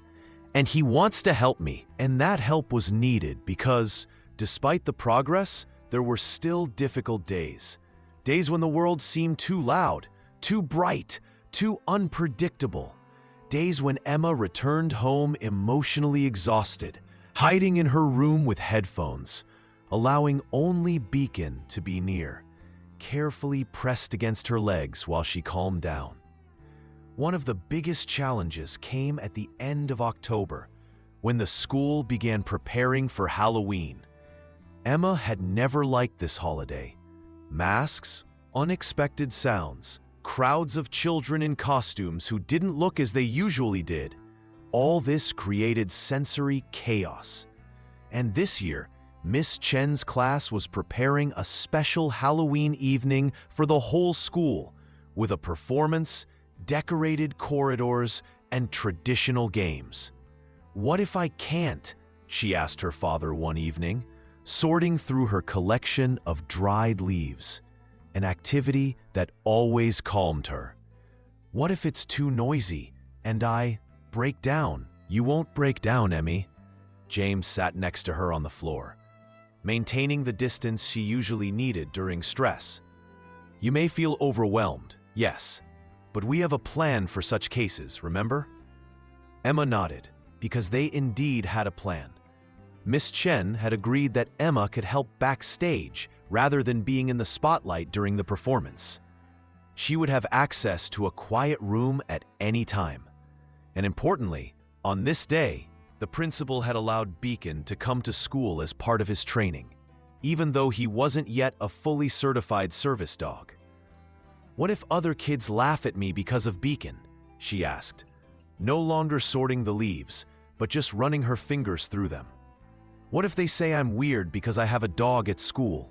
"Well, first of all, they won't have time for that because they'll be too excited about Beacon himself," James smiled.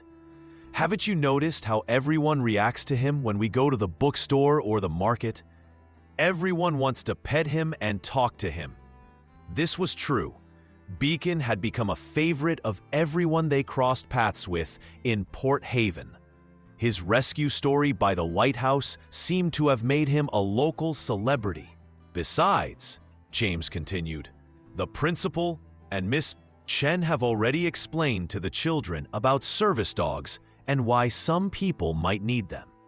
Remember how they brought in Miss Collins's poodle to show how to behave with such dogs?" Emma nodded, relaxing a little. "Yes, and Lizzie said Beacon would have a special vest with 'Service Dog, Please Don't Distract' written on it. Exactly, James confirmed. He'll be there to help you, not to draw attention to you. Emma gathered her leaves and began putting them into neatly numbered envelopes. All right, I'll try, but if it gets too much, we go home, right? Of course, James assured her. There's always Plan B. Halloween morning began with a problem no one expected. James woke up to the sound of heavy rain drumming on the roof. Turning on the local news, he'd heard a warning about a storm moving along the coast. Residents of coastal areas are advised to be cautious. The storm is expected to reach Port Haven around noon, with wind gusts up to 45 miles per hour and heavy rain. Temporary power outages are possible. He sighed. Bad weather on Halloween was disappointing, but not a catastrophe. At least the school event would be held indoors. Emma, however, took the news quite differently. A storm? She repeated when James told her about the forecast at breakfast. A real storm by the ocean? With waves and wind? Yes, but we'll be safe at the school, James assured her. The building is on elevated ground, far from the waterfront. Emma looked out the window at the ocean, which was already rising in large, foamy waves. And the lighthouse? Will it work during the storm? Of course, James nodded. That's exactly what it's designed for, to guide ships during bad weather. What if the light goes out? Anxiety grew in her voice. If the electricity goes off? The lighthouse has autonomous power in case of an outage, James explained. And the school has generators. Everything will be fine, Emmy. But he saw her fingers starting to drum on the table, a sign of growing anxiety.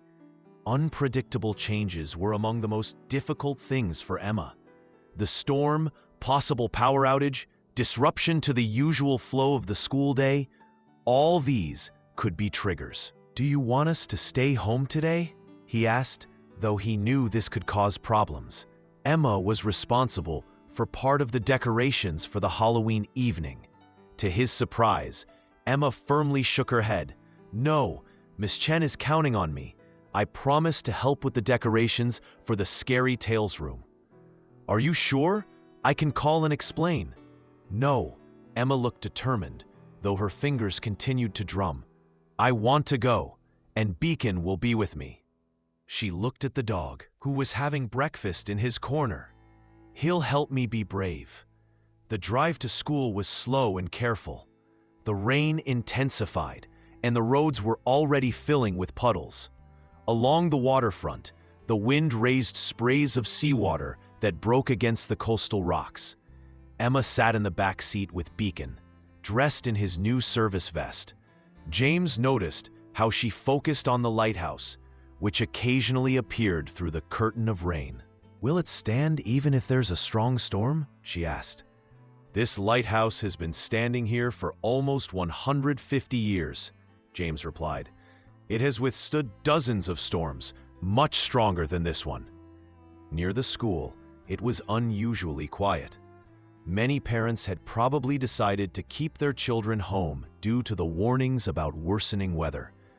But the school wasn't closed, and the Halloween activities weren't canceled. So James led Emma and Beacon inside, holding a large umbrella over them. Inside, everything was decorated for the holiday. Paper ghosts hanging from the ceiling, carved pumpkins on windowsills, and walls adorned with black cats and bats. But the atmosphere seemed subdued due to the bad weather outside and the absence of many students. Miss Chen met them in the corridor with an expression of relief on her face. Emma, I'm so glad you could come. Half our decorators decided to stay home. I promise to help, Emma simply replied. Miss Chen bent down to greet Beacon. And our guest of honor has arrived. How are you, boy? Beacon calmly looked at the teacher, staying close to Emma. His training was already showing. He was attentive, but without the excessive excitement that a regular house dog might display.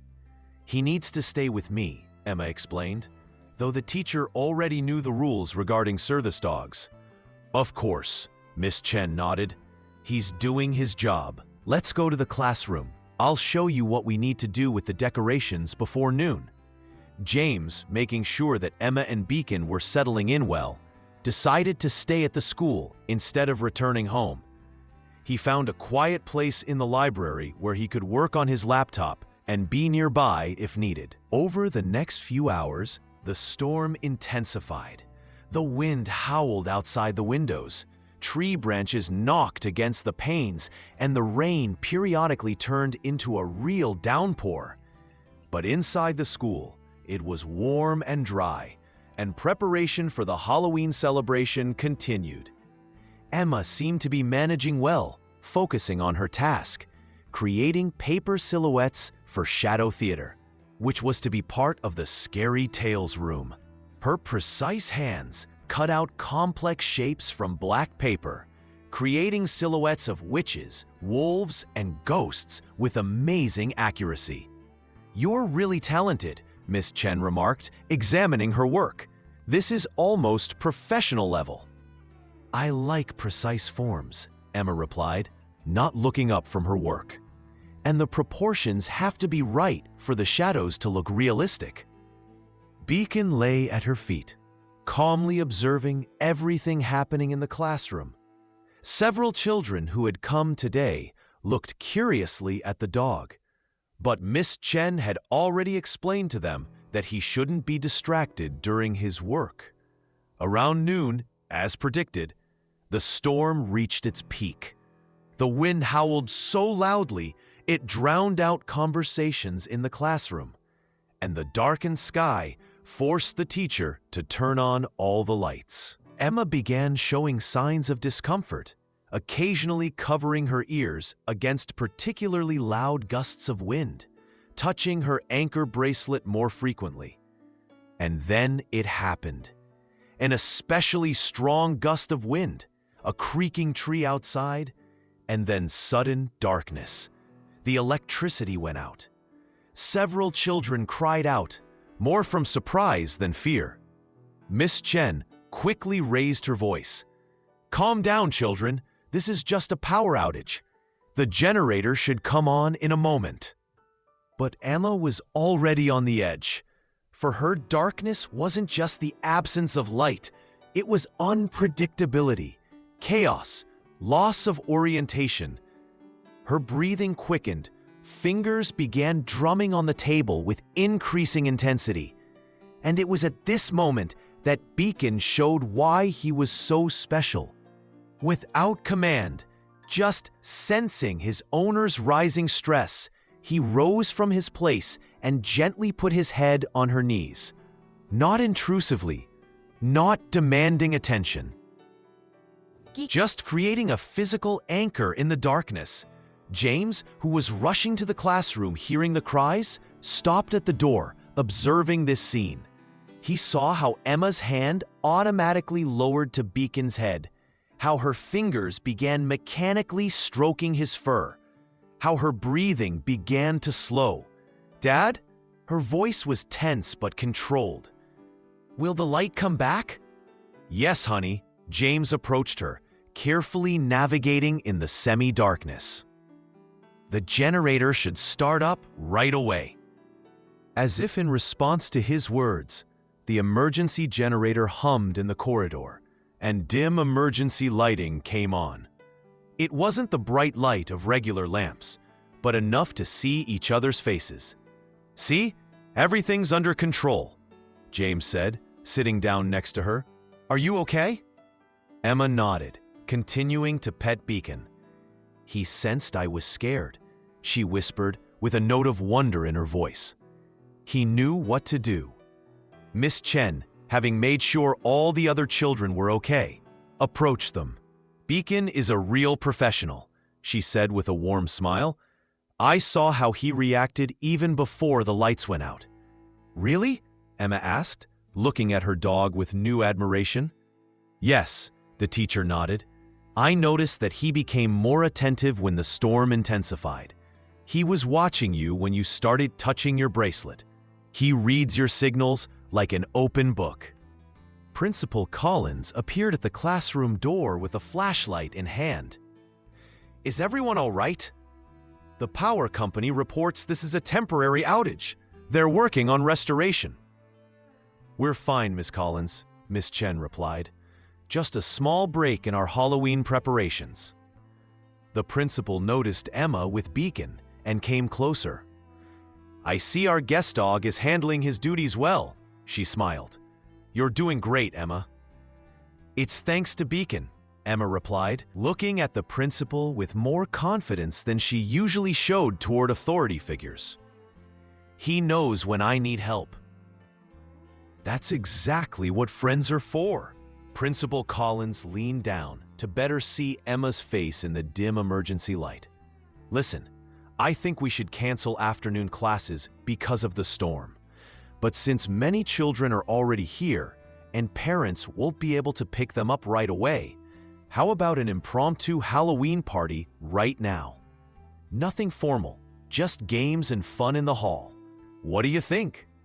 Emma hesitated, looking to her father for support. James carefully asked, Do you want to stay, Emmy? We can go home if you prefer. He expected her to choose home safety after the stress of the power outage. But after a moment of thought, she unexpectedly replied, I want to stay. We worked so hard on the decorations, and Beacon is with me if it gets too much. Miss Collins beamed. Wonderful. Miss Chen, can you gather everyone in the hall? I'll announce it to the rest of the school. The impromptu Halloween party turned out to be an unexpected success. Despite the reduced power from running on the generator, or perhaps because of it, the atmosphere was particularly mysterious and appropriate for the holiday.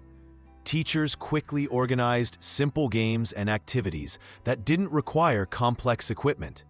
The biggest hit was the shadow theater, using the silhouettes Emma had cut out. Several teachers improvised scary but good-natured tales while the children sat in a semicircle and watched the shadows dance on the wall in the light of powerful flashlights. Emma sat a bit apart from the other children, with Beacon nearby, but obviously enjoying the show. Her fingers occasionally dipped into the dog's soft fur when something troubled her, but there were no serious signs of overload. Zoe, her semi-friend from class, sat down next to her during one of the breaks between tales. Your dog is so cool, she said simply. And you too. I would have been so scared when the lights went out, but you were so calm. It wasn't me, Emma honestly replied. It was Beacon. He helps me not to be afraid. You couldn't, maybe, let me pet him after the party? Zoe carefully asked. I know you're not supposed to touch service dogs during work, but Miss Chen said sometimes you can, if the owner allows. Emma considered this request. Previously, she had always sharply refused when someone asked to pet Beacon, partly because of the rules, partly out of a possessive feeling. But something in Zoe's sincerity, and perhaps the whole atmosphere of mutual help during the storm, made her nod. Okay, after the party, when he takes off his vest, then he's not working. Zoe beamed and quickly hugged Emma, an unexpected gesture that would usually cause Emma discomfort. But today, she just tensed slightly and allowed it. Thank you. I have a parrot at home, but I've always wanted a dog. Mom says I'm too inattentive to take care of a dog. Dogs need a lot of attention, Emma replied seriously, automatically switching to expert mode on a topic she had thoroughly studied. They need regular walks, scheduled feeding, training, and socialization. It's like a job. Wow, you know so much, Zoe said enthusiastically. Maybe you could help me convince my mom that I could handle it someday? We could walk Beacon together sometime so I could learn? This was the first real friendship proposal Emma had received at the new school. Not just sitting together during lunch, but actually spending time together outside of school. James, who was observing the conversation from a distance, held his breath, waiting for his daughter's reaction. Maybe, Emma replied after a pause. But first, Beacon needs to finish his training. and we have to stick to his schedule." "Of course," Zoe agreed enthusiastically. "I can adapt to his schedule. That would be so cool." When she ran back to the group of children, James approached and sat next to Emma. "Zoe seems nice," he carefully noted. "Yes," Emma nodded. "She talks very fast, and sometimes too loudly. But she doesn't make fun of me when I talk about things that interest me. And she always shares her chalk if I need a certain color." James smiled. In Emma's world, these were significant qualities for friendship. "Do you think you could become friends?" Emma considered this idea with the same seriousness with which she approached all decisions. "Possibly. We have common interests. She likes animes too. And she doesn't force me to play games I don't like." "That's a good start," James agreed. "Friendship often begins with small shared moments." They sat in comfortable silence, watching as the shadow theater continued. Outside, the storm was gradually subsiding. The wind became less fierce, and the rain turned into a light drizzle. "Do you think the lighthouse was on during the storm?" Emma suddenly asked. "Without a doubt," James replied, "especially during the storm." "Beacon was my lighthouse today," Emma said thoughtfully, looking at the dog who calmly lay at her feet. "When it got dark and scary, he showed me what to do." James felt his throat tighten with emotion. Sometimes his daughter, with her direct, literal thinking, formulated things with such poetic precision that it struck him to the depths of his soul. "Yes, that's exactly what lighthouses do," he replied, when he could control his voice. "They show the way through the storm." When the celebration ended, the generator was still providing the school with power. Miss Collins announced that tomorrow's classes were canceled due to damages that would need to be assessed after the storm. The children greeted this news with joyful shouts. Emma, though not shouting with excitement like the others, also looked pleased. A day without school meant extra time for training with Beacon. Emma kept her word regarding Zoe. After the celebration ended and most of the children began to disperse, she removed Beacon's service vest, signaling that his workday was over. "Now you can pet him," she told Zoe, who was waiting nearby. "But slowly and calmly. He doesn't like sudden movements." Zoe carefully approached and extended her hand, allowing Beacon to sniff her fingers first, as Emma had taught. The dog carefully studied the new scent, and then, as if approving, gently wagged his tail. "He's accepted you," Emma said with the seriousness of an official judge. "Now you can pet him on the back, but don't touch his head at first." Zoe carefully petted Beacon, and her face lit up with delight when he moved closer, enjoying the attention. "He's so soft," she exclaimed, "and so smart. Do you think he'll remember me next time?" "Dogs have excellent memory for people and scents," Emma replied, switching to expert mode, which calmed her in social situations. "Beacon will definitely remember you, especially if you meet him regularly." "That would be wonderful." Zoe carefully scratched Beacon behind the ear, and the dog blissfully closed his eyes. "Oh, he likes it." "Yes, that's his favorite spot," Emma nodded, "but only when he trusts you." James watched this scene with a warm feeling in his chest. What was happening was more than just a shared love for a dog. It was a bridge between two very different girls, the first steps toward real friendship.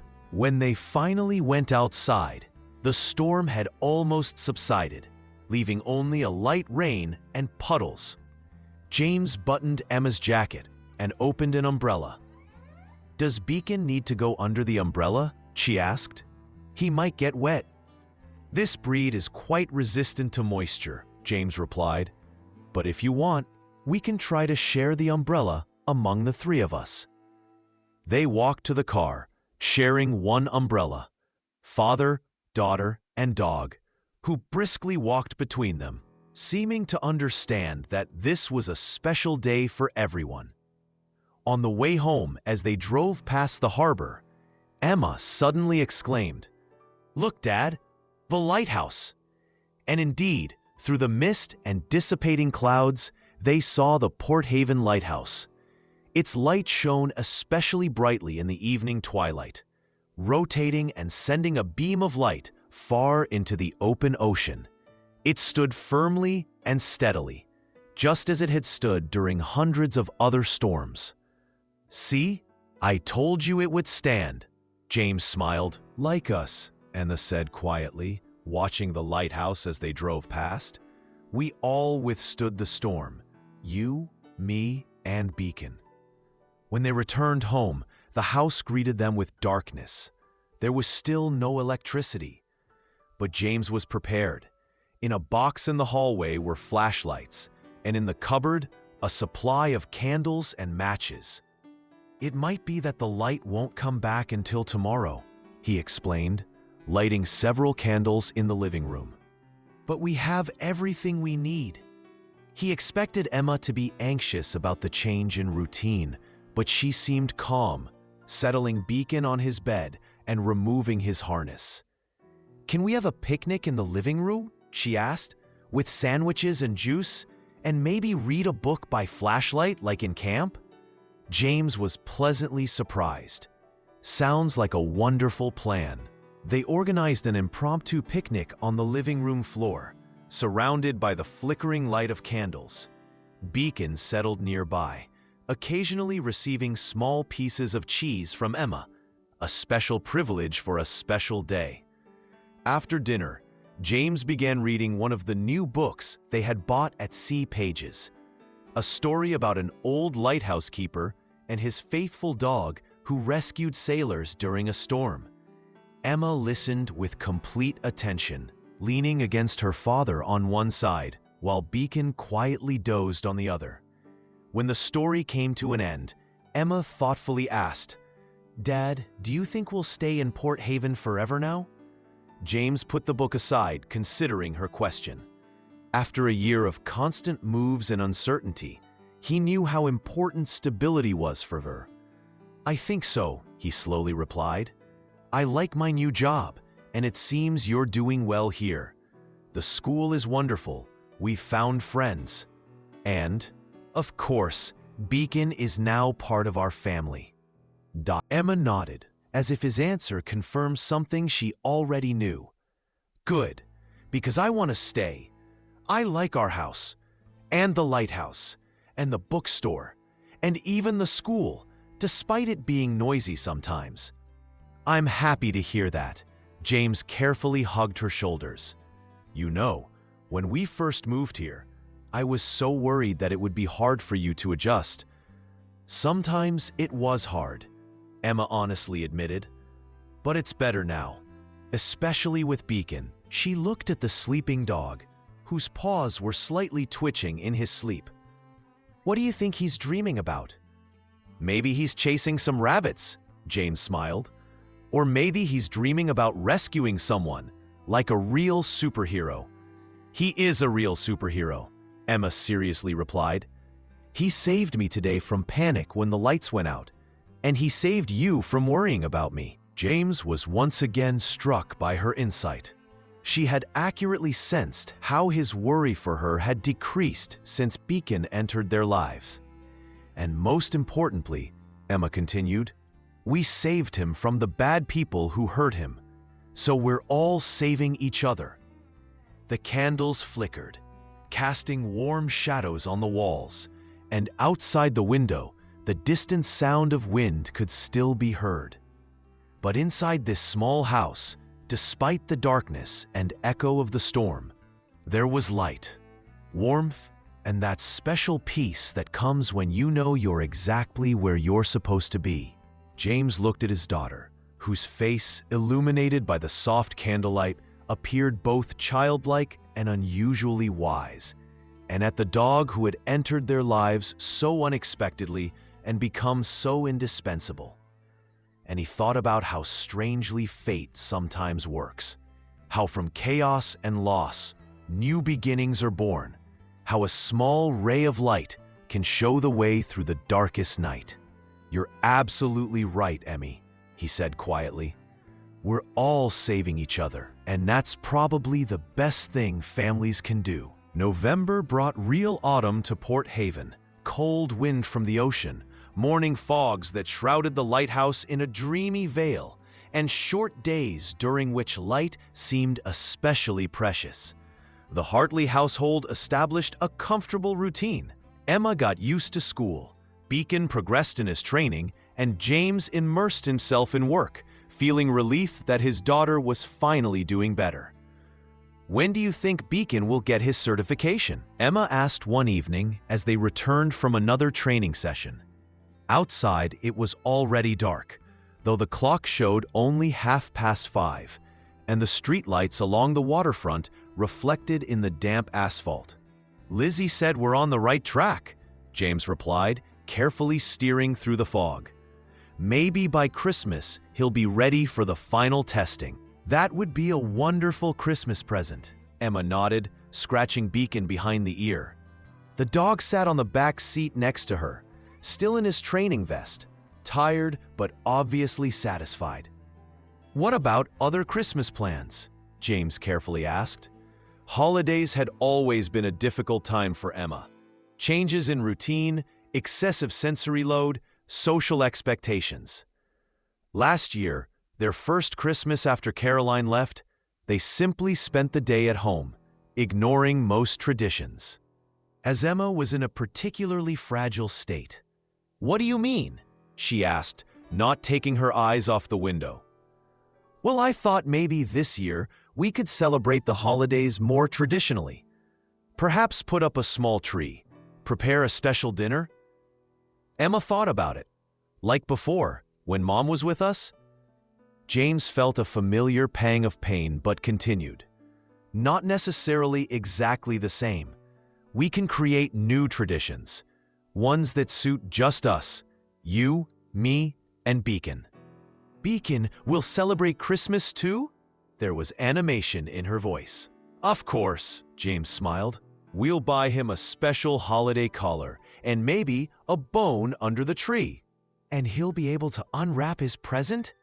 Emma was focusing intently on the logistics of canine Christmas, and James couldn't suppress a smile.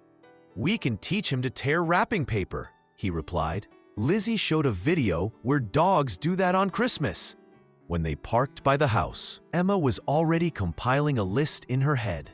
"We'll need a special calendar to count down the days to Christmas, and I want to make decorations for the tree myself, ones that don't jingle or shine too brightly. And maybe we could bake cookies, like when—" She suddenly stopped, and James knew she had remembered their old family traditions when Caroline was still part of their lives. "We can bake cookies," he gently confirmed. "I'm almost sure I remember the recipe for your favorites with cinnamon." Emma nodded, but her expression became more closed. Mentions of her mother always evoked a mixture of emotions that were difficult to process. Sadness, confusion, sometimes hidden anger. They entered the house, and Beacon immediately headed to his water bowl, drinking thirstily after training. James turned on the light and noticed a blinking indicator on the home phone. Someone had called. "I wonder who that could be," he murmured, pressing the answering machine button. "You have one new message," the device mechanically announced, and then a woman's voice came on, at which James froze. "Hi, James. It's Caroline. I know it's been a long time. I hope you and Emma are doing well. I recently moved back to the East Coast and thought maybe we could talk. My number is still the same. I'd be happy to hear from you." ... Silence fell. James was afraid to turn and look at his daughter. He heard her breathing becoming faster, and then came light footsteps as she went to her room without saying a word. Only Beacon, sensing the sudden change in atmosphere, gave a quiet yelp and ran after her. James stood looking at the phone as if it might explode. Caroline. After more than a year of silence, sporadic birthday cards for Emma, and no real interest in her daughter's life, she suddenly decided to talk. A wave of emotions washed over him. Bitterness, anger, confusion, and despite everything, a shadow of what might have been a remnant of sentimentality. He slowly climbed the stairs and stopped at Emma's door. He knocked quietly and listened. "Can I come in?" he asked, when there was no response. "Yes," her voice sounded muffled. Opening the door, he found Emma on the floor by the window. She sat hugging her knees, and Beacon pressed against her on one side. Her face was calm, too calm, with that controlled expression she used when trying to cope with an excess of emotions. "Emmy," James began, but stopped, not knowing what to say. "It's Mom," she simply stated. Not a question, a statement. "Yes." "Does she want to come back?" The directness of her question caught him off guard. "I don't know what she wants," James answered honestly. "She just said she wants to talk." Emma nodded, looking out the window at the ocean, where the lighthouse's beam was now barely visible through the fog. "Do you want her to come back?" she asked quietly. James sighed and sat on the edge of the bed. "It's complicated, Emmy. When people divorce, it's usually because they can't be together as a couple anymore. That doesn't mean they stop caring about each other or about their children." "But she left," Emma insisted. "She said she needed time for herself, and she didn't call. Even on my birthday, she just sent a card." There was more factual statement than bitterness in her tone, but James knew how deeply this had hurt her. For Emma, with her black and white understanding of loyalty and duty, her mother's action was incomprehensible. "Yes, that's true," he acknowledged, "and I can't explain her actions or choices. But I know one thing. She's your mom, and she loves you, even if she doesn't always know how to show it properly." Emma turned to him, and in her eyes, he saw what broke his heart. Not tears, but confused logic, trying to make sense of the illogical world of adult emotions. "If she loves me, why did she leave? If she loves me, why didn't she call more often?" Her voice remained even, but her fingers gripped her knees more tightly. In books, when people love someone, they stay close. They don't go find themselves. James felt pain for his child. She was trying to apply logic to emotions, looking for patterns where there were none, seeking clear rules in a world of tangled feelings. In real life, it's more complicated than in books. He carefully replied, "Sometimes people make mistakes. Sometimes they get confused and make decisions they later regret." "So does she regret it?" There was something in Emma's voice he rarely heard, hope hidden behind rational questions. "I don't know," James answered honestly, "but maybe her call means she wants to try to fix some mistakes." Emma was silent, petting Beacon, who sat next to her, obviously sensing her inner struggle. "What do you want me to do?" James asked after a pause. "I can call her back or ignore the call. She's your mom, and your feelings on this matter are very important to me." Emma looked surprised that her opinion carried such weight in this serious adult matter. She thought about it with the methodical thoroughness she applied to all important decisions. "I think," she paused, "I think you should call her to find out what she wants." "Are you sure?" James carefully asked. Emma nodded, but added with unexpected firmness, "But tell her that we're doing fine, that we now have Beacon, and that we don't need for her to ruin everything again." James was struck by this display of protective instincts. Not so long ago, Emma had been asking every day for months when her mom would come back home. And now she was protecting their new life, their new family, which included Beacon. "I'll tell her that we're doing well," he promised, "and that any changes must take into account your needs and our new life." Emma nodded, satisfied with his answer. "Can I go give Beacon a bath? He needs to be washed after training." "Of course," James agreed, understanding that this was her way of coping with emotional tension, focusing on a specific task, on something useful and structured. When she left, James returned to the phone, his fingers hovering over the keypad. So much had changed since Caroline left. He was no longer that confused, desperate man she had abandoned. Emma was no longer that sensitive child who couldn't function in school or public places.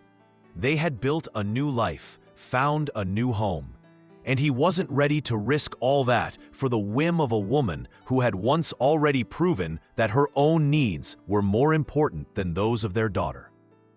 With a determination that surprised even himself, he dialed the number. "I don't understand why we have to discuss this," Emma said the next evening when James tried to explain to her that her mother wanted to meet. "She can't just come to our home." "She doesn't want to impose," James carefully replied. "And I think she's worried that you might be angry." "I'm not angry," Emma contradicted, in a tone that indeed didn't express anger, just her typical specificity. "I just don't understand. She was absent for 386 days. Why does she suddenly want to see me now?" James was impressed by the precision of her calculation, though he shouldn't have been surprised. Emma always had a special gift for numbers and dates. "She says she finished what she needed to do in California," he explained, "that she's reassessed her priorities, and that she misses you." "If she missed me, why didn't she call more often?" Again, logic that couldn't be refuted. "Human emotions are complex," James sighed. "Sometimes people don't do what they should because of shame, fear, or confusion." Emma considered this, fingering the beads on her calming bracelet, which she wore in moments of stress. "When does she want to meet?" "She'd like to come next weekend if you don't mind." "Here? To our home?" There was concern in her voice. Their home was a safe place, her territory, with established rules and routines. "We could meet at a neutral place," James suggested.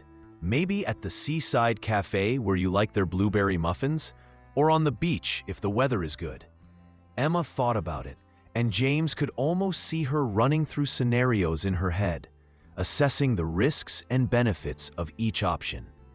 "In the cafe, there will be other people," she said slowly. "If the meeting becomes difficult, I won't be able to scream or cry." James nodded. Her self-analysis often amazed him with its accuracy. "That's true. And a limited time. We can agree on an hour and then leave." "Can Beacon come with us?" she asked, looking at the dog, who was lying by the fireplace, attentively listening to the conversation, as if understanding every word. "I don't see why not," James replied, though he wasn't sure how Caroline would react to the dog's presence. She had never been a big animal lover. But if Beacon would help Emma feel safe during this difficult meeting, then Caroline would simply have to accept it. He can wear his training vest, and it will be part of his socialization. Emma took a deep breath and exhaled, a technique her therapist had taught her for calming. "Okay, the seaside cafe, for 1 hour, and Beacon will be with us." "Are you sure?" James wanted to be absolutely certain he wasn't pressuring her. "Yes," she nodded. "I want to know why she left, and why she decided to come back. I want real answers, not the ones adults usually give to children." James smiled, feeling pride in her courage and directness. "I promise we'll demand real answers." That night, after Emma had fallen asleep, with Beacon quietly snoring by her bed, James sat on the porch, looking at the ocean and the distant lighthouse. He thought about his conversation with Caroline and how strange it was to hear her voice after such a long silence. She had talked about changes, new perspectives, about how she realized she had made a mistake leaving her daughter. But he had known her too long and too well not to notice familiar patterns. Her tendency to get excited about new ideas and quickly lose interest in them. Her ability to sincerely believe in her good intentions without backing them up with actions. "I just want to see her," Caroline had said during their phone conversation. "See how she's grown. Maybe start rebuilding our relationship." "What if she's not ready?" he had asked. "What if she needs time to trust you again?" "She's my daughter, James." There were defensive notes in her voice. "Of course she'll want to see me." But no, he thought now, looking at the night ocean. Emma was no longer just her daughter. Over this year, she had become a stronger, more independent person. A girl who overcame her fears, built friendships, found the courage to face a world that often didn't understand her. And Caroline's role in this development had been minimal. He picked up his phone to send Caroline a message confirming the time and place of the meeting, and noticed a new message from Lizzie, Beacon's trainer. "Hi, James. Just wanted to share wonderful news. The committee has agreed to expedite Beacon's certification. Given his exceptional progress and special bond with Emma, we can schedule the final evaluation in 3 weeks, if you're ready. This means that by Christmas, he could officially be a certified service dog. Let me know if this schedule works for you." James smiled. This was really good news that could help Emma get through the upcoming emotionally difficult meeting. A bit of positive expectations to balance anxiety. He looked toward Emma's open bedroom window, from where her calm breathing and Beacon's quiet snoring could be heard. There they were, his real family. Was there a role for Caroline in it?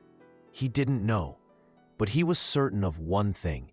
If she really wanted to return to Emma's life, she would have to accept the fact that her daughter was no longer the vulnerable, dependent child she had been before, and that now in Emma's life, there was another, very special connection with a small furry character that she had found by the lighthouse, a connection perhaps stronger and more reliable than the one she once had with her mother. "How do I look?" Emma asked, examining herself in the mirror in the hallway. She rarely worried about her appearance, preferring comfort over style. But today, she had put on her best gray dress and even allowed James to braid her hair. "You look wonderful," James assured her, trying to hide his own anxiety. "Very grown up." Emma nodded, satisfied with this assessment. Dressed in his official service vest, Beacon stood nearby, ready to go. "Remember, we agreed on 1 hour," she reminded her father.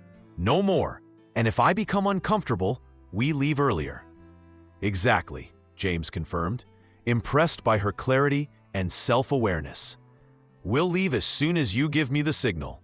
They had created a simple signal system. If Emma started feeling overwhelmed, she would touch her bracelet 3 times, and James would find an excuse to end the meeting.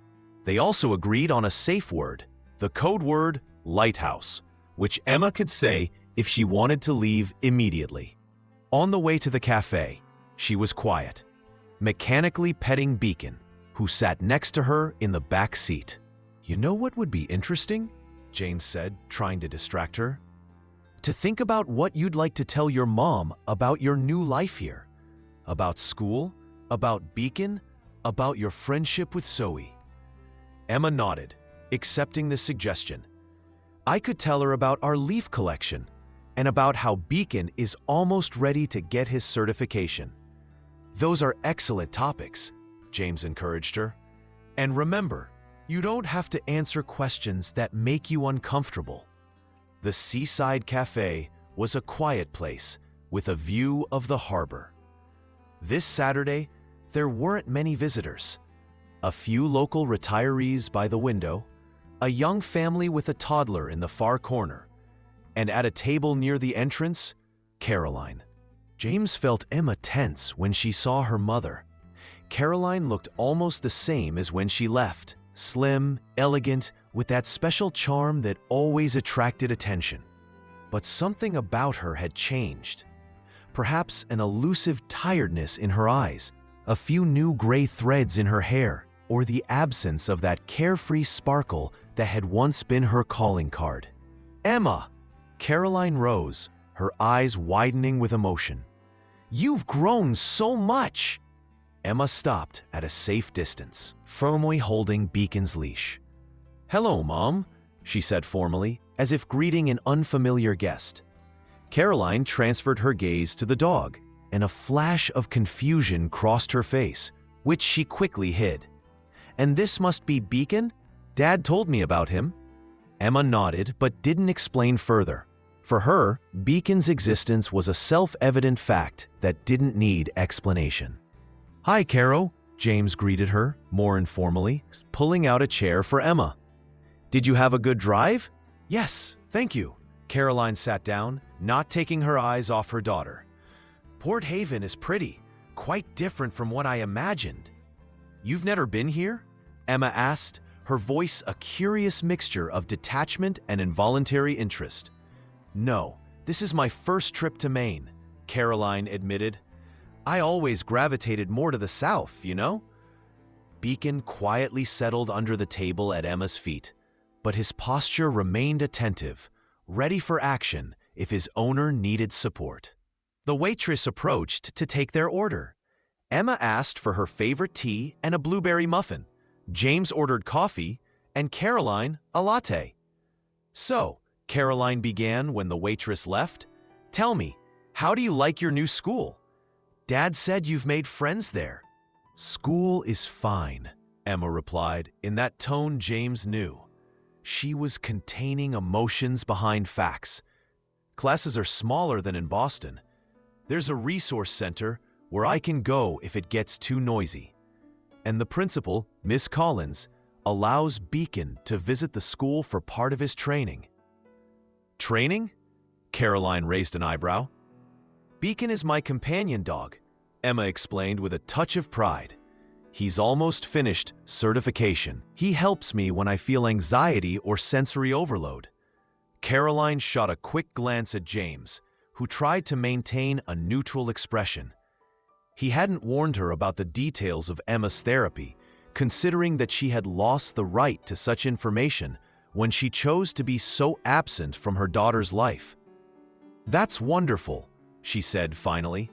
But Emma, with her amazing sensitivity to hidden emotions, noticed the insincerity.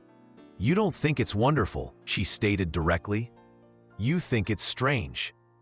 "Emma, I don't," Caroline began, but Emma interrupted her. "You always used to say that I should try to be more normal," she continued, and James noticed her fingers starting to drum on the table leg, a sign of growing anxiety.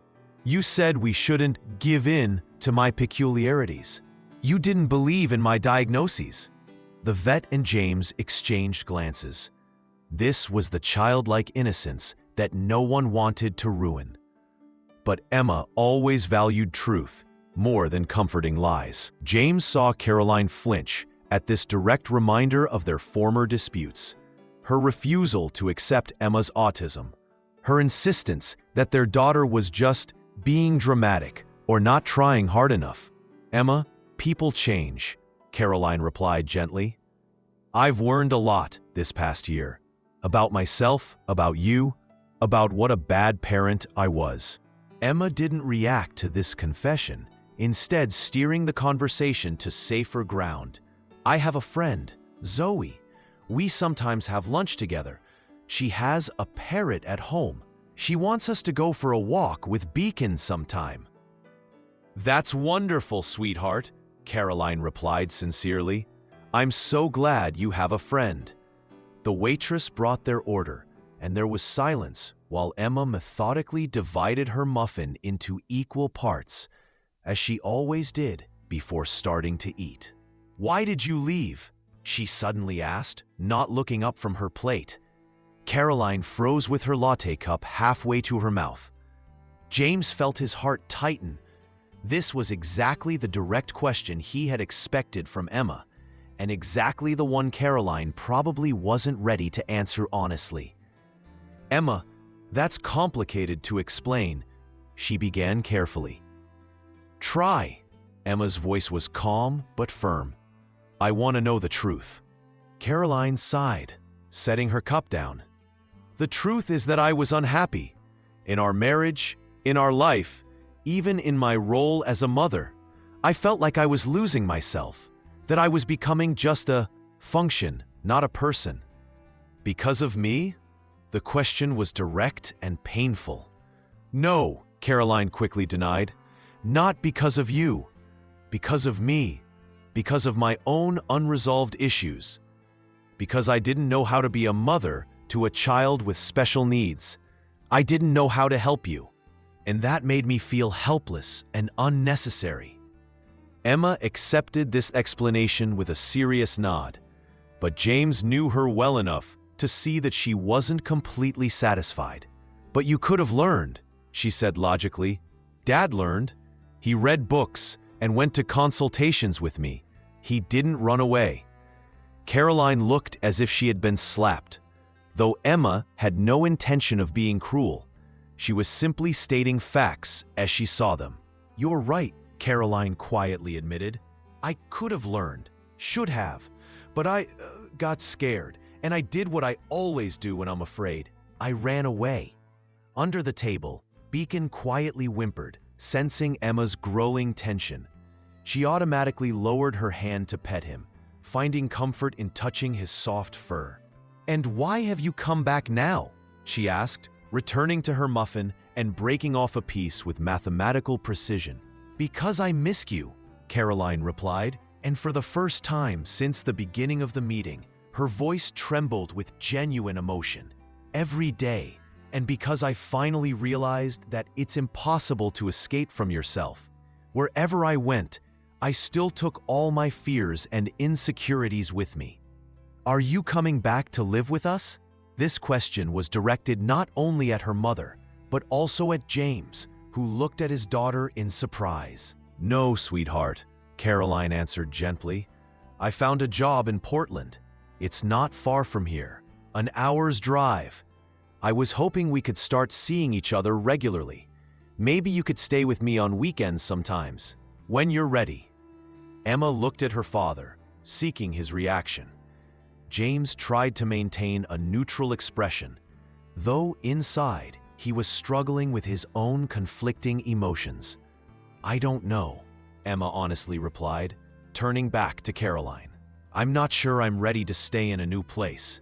It would be too many changes at once." "Of course," Caroline quickly agreed. "We could start with short meetings, maybe have lunch together sometimes, like today. Or I could come to Port Haven on weekends, if your dad doesn't mind." James felt both pairs of eyes, his ex-wife's and his daughter's, turned to him, expecting an answer. "I think we should discuss this gradually," he carefully said, "and take into account Emma's comfort at each step." Emma nodded, satisfied with his answer. "I need time," she told her mother, "to think and to discuss with my therapist." "Of course." Caroline seemed both disappointed and impressed by her daughter's maturity. "You have every right to time and space." "And Beacon will always be with me," Emma added, as if this were an important condition of any future arrangements. "Even if I ever visit you, he'll come too." "Of course," Caroline agreed, though James noticed a shadow of uncertainty in her eyes. She had always been one of those people who kept their house impeccably clean, without a single hair or scratch. But perhaps this too she would have to reconsider if she seriously intended to restore her relationship with her daughter. The moment was interrupted when someone called out, "Emma, Beacon," across the cafe. Turning around, they saw Zoe with her parents at a table by the window, which they hadn't noticed earlier. Emma's face lit up with the first genuine smile of the entire meeting. "That's Zoe," she explained to her mother. "My friend." "Do you want to join them?" Caroline asked, though James noticed she wasn't thrilled at the prospect of sharing their limited time with strangers. "No," Emma replied categorically. "Not now, but I can introduce you to her when we're leaving." "Of course," Caroline agreed, and then, after a pause, carefully asked, "Would you like to tell me more about your training with Beacon?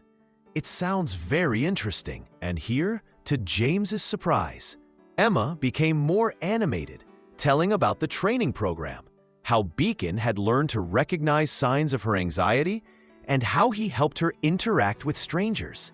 This was an entirely different child compared to the frightened, uncommunicative girl Caroline had last seen. Caroline listened with obvious amazement, and, James had to admit, with genuine interest. She asked relevant questions, not interrupting Emma's flow of narrative, and even joked, asking if Beacon could teach her a few things about patience and calm.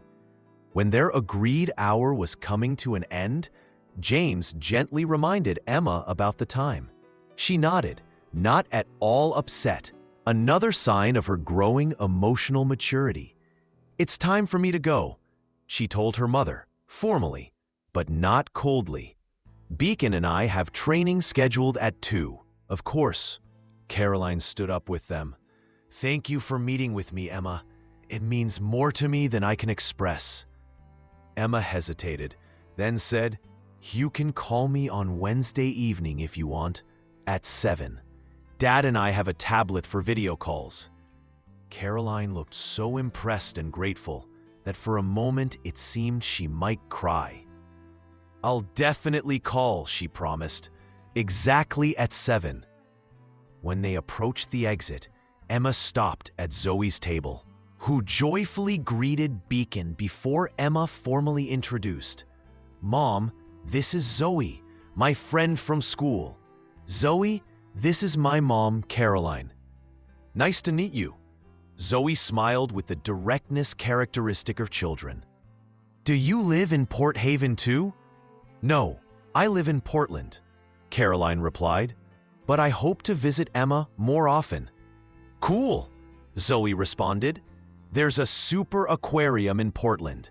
Maybe you could all go there together?" Caroline looked surprised, but pleasantly impressed by the girl's practicality. "That's a wonderful idea. Maybe we'll do that someday." When they finally went outside, Caroline carefully asked Emma, "Can I hug you goodbye?" James held his breath, knowing how difficult physical touch was for his daughter, especially in moments of emotional tension. Emma hesitated, but then nodded, quickly and not too tight. Caroline carefully hugged her daughter, respecting her conditions, and James saw her close her eyes for a moment, as if trying to memorize this moment. When they said goodbye, and Caroline went to her rental car, Beacon suddenly gave a quiet bark and touched Emma's hand with his nose. "What is it, boy?" she asked, bending down to him. "I think he wants to make sure you're okay," James suggested, watching as the dog peered intently into Emma's face, obviously looking for signs of distress. "I'm okay, Beacon," she assured the dog, petting him behind the ears. "Just lots of thoughts." "Want to talk about them?" James carefully asked as they walked to the car. Emma shook her head. "Not now. Later, maybe. First, I need to sort them out." He understood. This was her way of processing complex emotions, cataloging them, breaking them down, analyzing, before trying to discuss them with someone else. "I think you were very brave today," he said instead. "And very mature. Thank you," she simply replied. "But it wasn't me. It was Beacon who helped me stay calm." "You were both great," James smiled, opening the car door. "And you know what? I have a surprise for you. Lizzie sent a message last night. Beacon can take his final test in just 3 weeks. If all goes well, he'll receive his official certification by Christmas. Emma's face lit up with genuine excitement. Really? Then he'll be able to go with me everywhere, even to the movie theater. That's right, James nodded, and officially visit school every day if you want. He deserves a special celebration, Emma said seriously, looking at Beacon with pride. When he passes the exam, a special party in honor of his achievement. I think that's a wonderful idea, James agreed. Maybe we could invite Zoe and her parents, Lizzie and Mike, and perhaps Ms. Collins and Ms. Chen. And Martha from the bookstore, Emma added. She always asks about Beacon when we come in. Of course, James smiled, starting the car. It will be a real certification party. Emma thought about this and then said so quietly he barely heard, maybe Mom too, if she really calls on Wednesday. James nodded, not trusting his voice to answer. He didn't know where all this would lead, whether Caroline's intentions were sincere and sustainable, whether Emma could ever fully forgive her absence, whether he himself could trust the woman who had once betrayed them both. But he knew one thing for sure. The little girl in the back seat, quietly talking to her dog, telling him about all the details of the meeting he had already seen, was the strongest, bravest person he knew. And if her heart was big enough to consider a second chance for her mother, then perhaps she knew something he didn't. Outside the car window, the Port Haven Lighthouse stood on the cliff, strong and unchanging, showing the way to various travelers, both those returning home and those setting out on new journeys. Looking at it, James thought that perhaps some lighthouses aren't always visible to the naked eye. Some lighthouses, like Beacon and the little girl who rescued him, shine with another, more subtle, but no less powerful light, the light of unconditional love, forgiveness, and hope. She doesn't want to impose, James carefully replied, and I think she's worried that you might be angry. I'm not angry, Emma contradicted, in a tone that indeed expressed no anger, just her typical concreteness. I just don't understand. She was absent for 386 days. Why does she suddenly want to see me now? James was impressed by the accuracy of her calculation, though he shouldn't have been surprised. Emma always had a special gift for numbers and dates. She says she finished what she needed to do in California, he explained, that she's reassessed her priorities, and that she misses you. If she missed me, why didn't she call more often? Again, logic that couldn't be denied. Human emotions are complex, James sighed. Sometimes people don't do what they should because of shame, fear, or confusion. Emma considered this, fingering the beads on her calming bracelet, which she wore in moments of stress. When does she want to meet? She'd like to come next weekend if you don't mind. Here? To our home? There was concern in her voice. Their home was a safe place, her territory, with established rules and routines. We could meet at a neutral place, James suggested. Maybe at the Seaside Cafe, where you like their blueberry muffins? Or on the beach, if the weather is good. Emma thought about it, and James could almost see her running scenarios in her head, evaluating the risks and benefits of each option. There will be other people at the cafe, she said slowly. If the meeting is difficult, I won't be able to scream or cry. James nodded. Her self-analysis often impressed him with its accuracy. That's true, and a limited time. We can agree on an hour and then leave.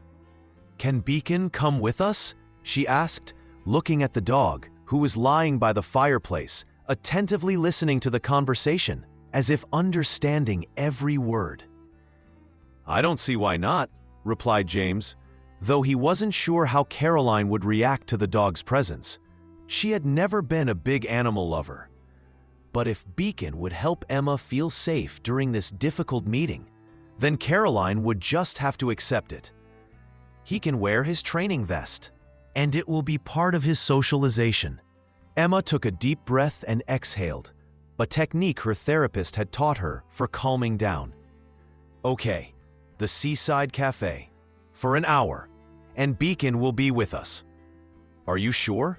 James wanted to be absolutely certain he wasn't pressuring her. Yes, she nodded. I want to know why she left, and why she decided to come back. I want real answers, not the ones adults usually give to children. James smiled, feeling pride in her courage and directness. I promise we'll demand real answer. That night, after Emma had fallen asleep, with Beacon quietly snoring beside her bed, James sat on the veranda, looking at the ocean and the distant lighthouse. He thought about his conversation with Caroline and how strange it was to hear her voice after such a long silence. She had talked about changes, about new perspectives, about how she realized she had made a mistake leaving her daughter. But he knew her too long and too well not to notice familiar patterns. Her tendency to get excited about new ideas and quickly lose interest in them. Her ability to sincerely believe in her good intentions without backing them up with actions. I just want to see her, Caroline had said during their phone conversation. See how she's grown. Maybe start rebuilding our relationship. What if she's not ready? He had asked. What if she needs time to trust you again? She's my daughter, James. Defensive notes appeared in her voice. Of course she'll want to see me. But no, he thought now, looking at the night ocean. Emma was no longer just her daughter. Over this year, she had become a stronger, more independent person. A girl who overcame her fears, built friendships, found the courage to face a world that often didn't understand her. And Caroline's role in this development had been minimal. He picked up his phone to send Caroline a message confirming the time and place of the meeting, and noticed a new message from Lizzie, Beacon's trainer. Hi, James. Just wanted to share great news. The committee has agreed to expedite Beacon's certification. Given his exceptional progress and special bond with Emma, we can schedule the final evaluation in just 3 weeks, if you're ready. This means he can officially become a certified service dog by Christmas.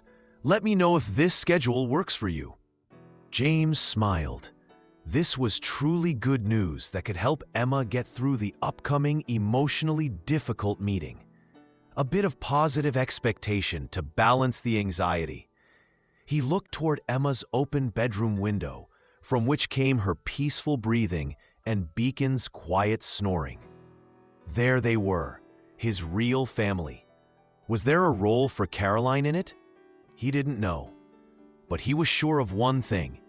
If she truly wanted to return to Emma's life, she would have to accept the fact that her daughter was no longer the vulnerable, dependent child she had been before. And that now in Emma's life, there was another very special connection with a small, furry character she found near the lighthouse. A connection perhaps stronger and more reliable than the one she once had with her mother. How do I look? Asked Emma, examining herself in the hallway mirror. She rarely worried about her appearance, preferring comfort over style. But today she had put on her best gray dress and even allowed James to braid her hair. You look wonderful, he assured her, trying to hide his own anxiety. Very grown up.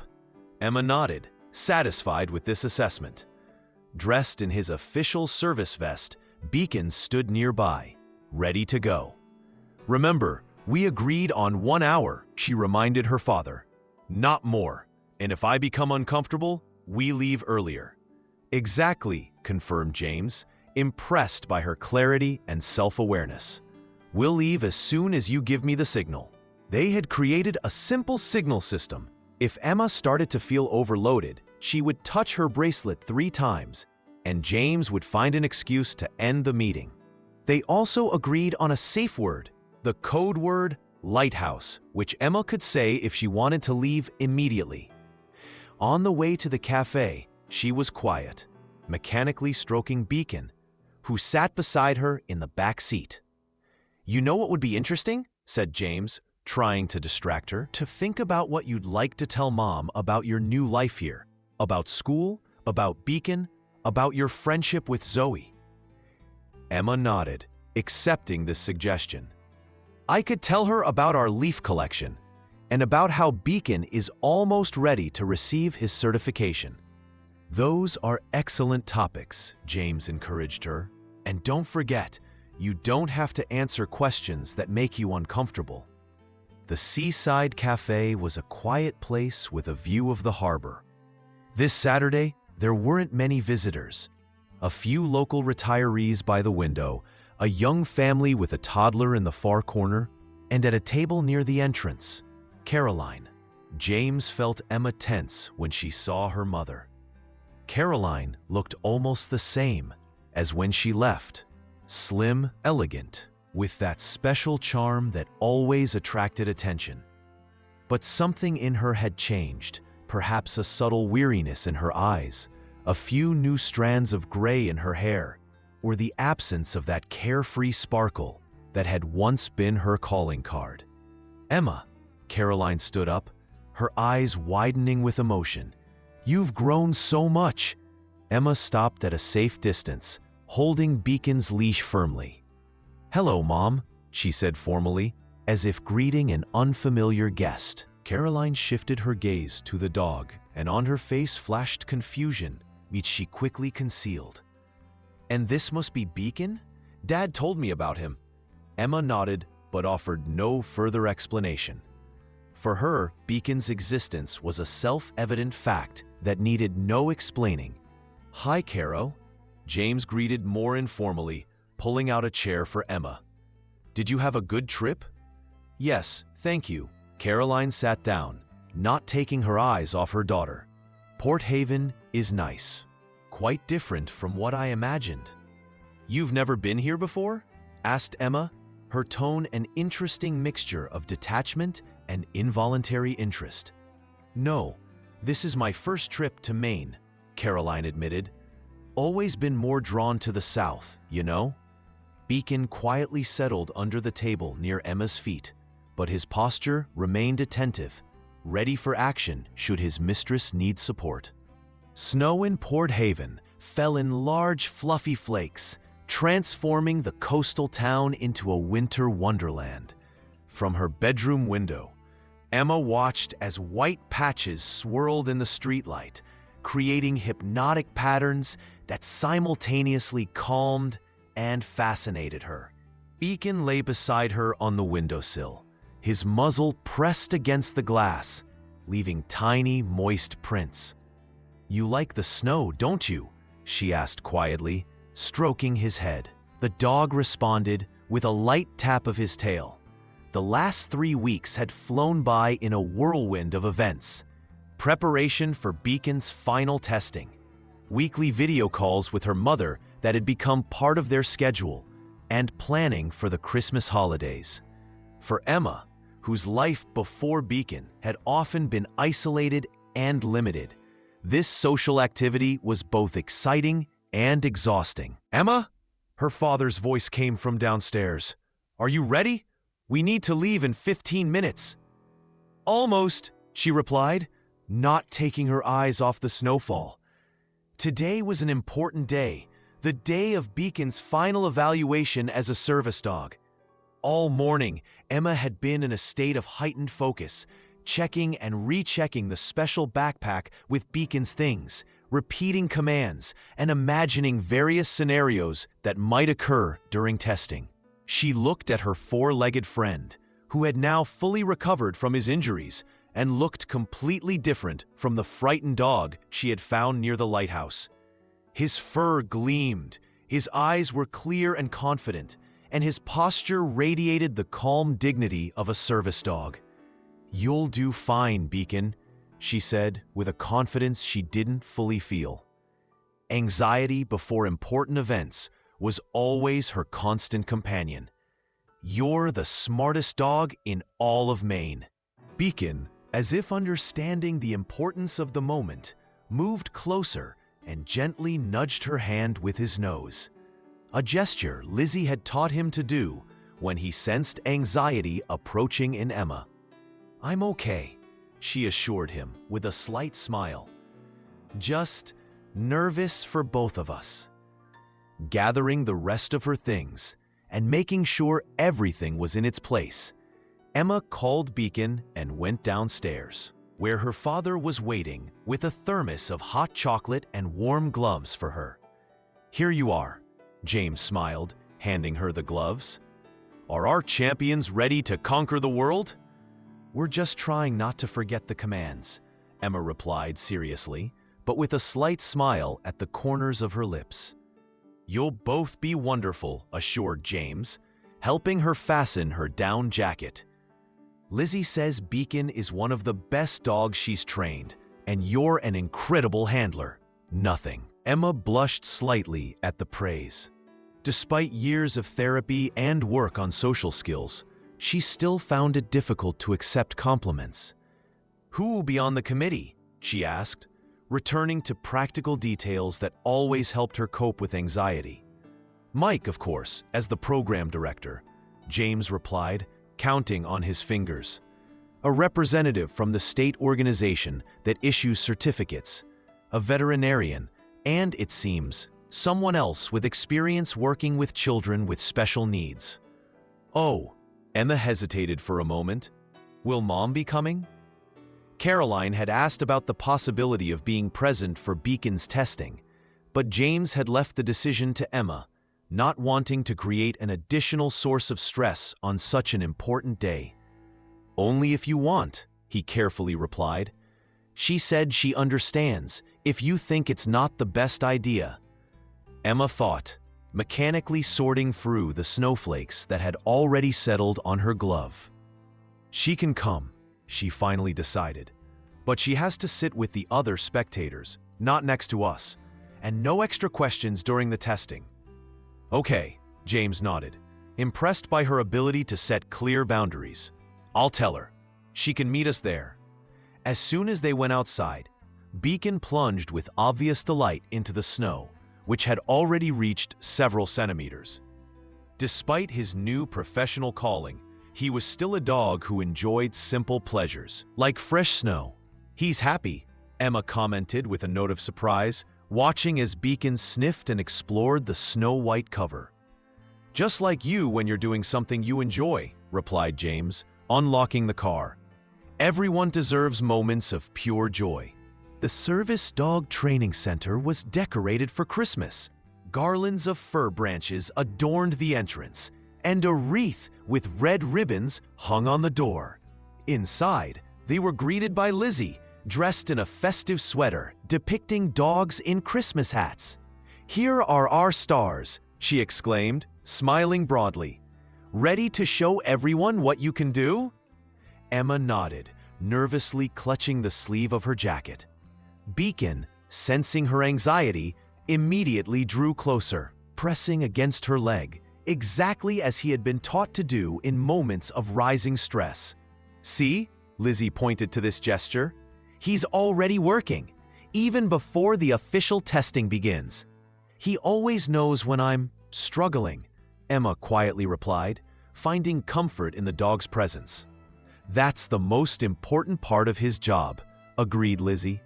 "And it's something that can't be taught. A real connection between dog and human.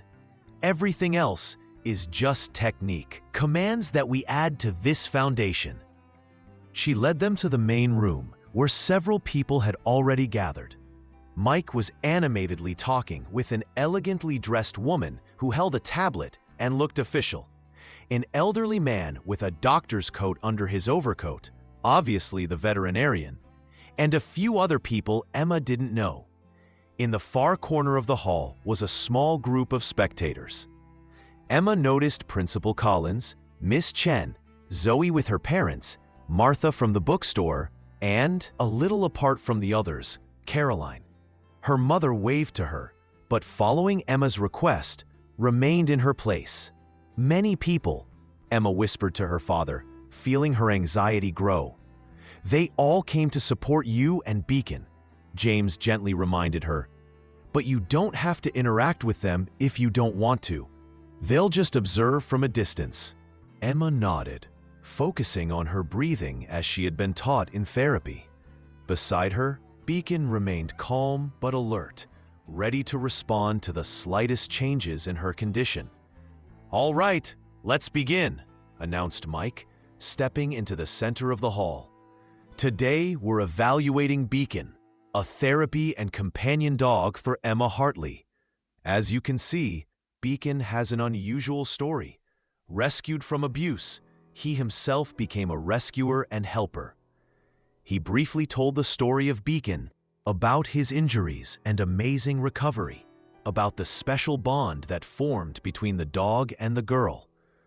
Over the next hour, we'll test Beacon's reactions to various stimuli, his ability to perform special tasks to support Emma, and most importantly, his ability to recognize and respond to signs of anxiety and sensory overload."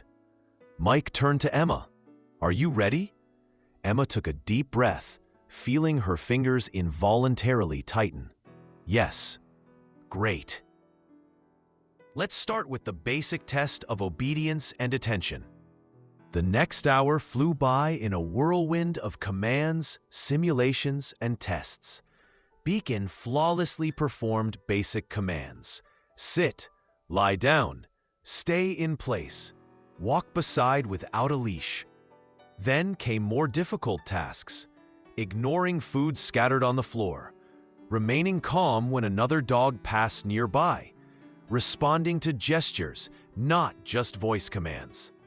Emma, despite her initial anxiety, became increasingly immersed in the process, focusing exclusively on Beacon and the tasks.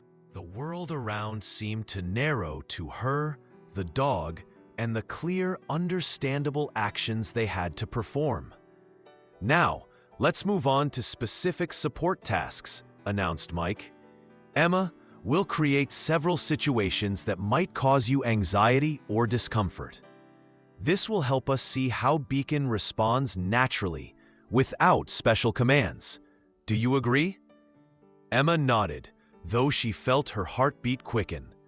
"Remember, you can say stop at any moment," her father reminded her, standing nearby. The first simulation involved a sudden loud noise, a fire alarm bell that was turned on without warning. Emma flinched, automatically covering her ears with her hands. But before she could fully realize what was happening, Beacon was already beside her, pressing against her legs and performing a deep pressure maneuver, a therapeutic technique that helped ground her during sensory overload. "Excellent," commented the woman with the tablet, making notes. Immediate reaction, without command. Next was a simulation of a crowded space. Several volunteers surrounded Emma, talking simultaneously, moving around, creating a sense of chaos. Beacon immediately moved into a protective position, standing between Emma and the crowd, creating a physical barrier while directing her to a less crowded space. The biggest challenge was the test for recognizing an approaching anxiety attack. Emma was asked to recall and describe a situation that once caused her severe distress, a technique they had discussed in advance with her therapist as a safe way to induce a controlled, anxious response. She began to tell about the day she got lost in a shopping mall in Boston, describing the bright lights, loud sounds, the feeling of panic when she couldn't find her father. Her breathing became shallow, her hands began to tremble, and her eyes misted over from the memories. And again, Beacon reacted before any human noticed the changes in her state. He approached, placed his paws on her knees, looking directly into her eyes, and then began to perform a series of actions they had practiced. Gentle pressure on her legs, torso, special touches with his muzzle that distracted and grounded her. "Incredible," whispered the veterinarian, observing this interaction. "He reads her microsignals like an open book.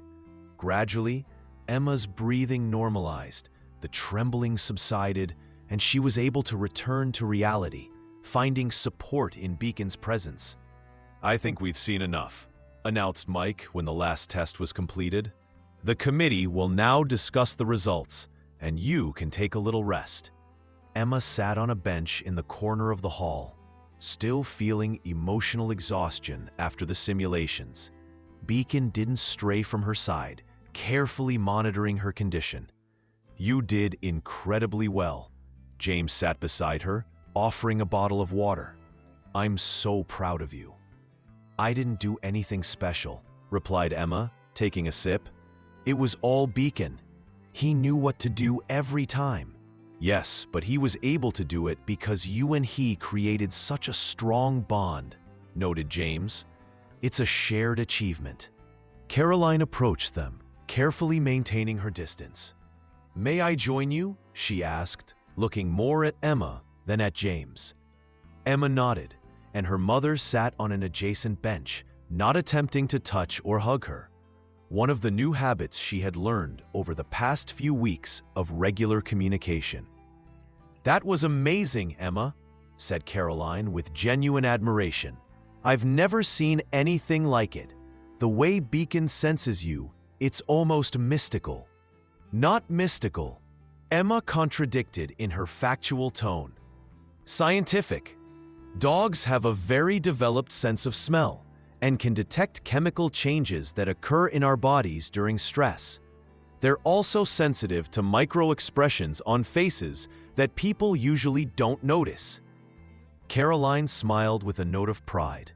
"Of course. Thank you for explaining. But still, it's impressive." Mike approached them with a broad smile that already revealed the result before his words. "I'm happy to announce that Beacon has successfully passed all tests," he said, holding a framed certificate. "He is now officially certified as a service companion dog for Emma Hartley." The hall erupted in applause. Zoe even jumped up from her seat with a joyful exclamation. Emma remained outwardly calm, but James noticed how her eyes shone with pride as she patted Beacon. "You did it," she whispered to the dog. "Now, you're official." Mike solemnly handed the certificate to Emma, and Lizzie approached with a special vest for Beacon, bright blue with "Service Dog" written on it and a special emblem of the program. "This vest identifies Beacon as an officially certified service dog," explained Lizzie, helping to put it on the dog. "With it, you have the legal right to visit virtually any public place, schools, restaurants, shops, even airplanes, if you ever want to travel." "Airplanes?" Emma's eyes widened at this new information. "Yes," confirmed Lizzie. "Service animals have special rights according to the law, and this gives their people many new opportunities." New opportunities. These words hung in the air, opening horizons that previously seemed unreachable. Emma looked at Beacon, at his new official attire, and for the first time began to truly realize how much wider her world could become with him by her side. "Are you sure you've taken everything you need?" asked James, examining the neatly packed backpack that Emma had checked 3 times over the last hour. "Yes," she replied, referring to the list she had made herself. "Pajamas, change of clothes, toothbrush, calming headphones, book to read before bed, extra socks in case my feet get cold, flashlight with spare batteries, and emergency kit for Beacon." Beacon, hearing his name, raised his head from the pillow where he was napping, surrounded by the items he was also preparing to take with him: his favorite soft toy, a portable water bowl, a supply of special food, and of course, his meticulously clean service vest, now adorned with a Friend of the Lighthouse badge. Tonight would be the long-awaited school overnight excursion at the Port Haven Lighthouse. During the 3 months since their first family tour, Emma had worked with remarkable persistence to organize this event. She prepared a presentation for Ms. Chen, attended several meetings with the Lighthouse administration, and even spoke before the parent committee, explaining the educational value of such an experience. For a girl who a year ago couldn't even enter a classroom without a panic attack, this was tremendous progress. "You seem ready for any emergency," James smiled, helping her close the backpack, "including alien invasions or a zombie apocalypse." "Dad!" Emma rolled her eyes but smiled. Over the past few months, her sense of humor had developed, and she had learned to recognize when people were joking. "I just want to be prepared. This is the first school sleepover I'm going to without me staying with you all night," James gently finished. Usually at such events, he was always nearby as an accompanying parent, often staying on duty all night so Emma would feel safe.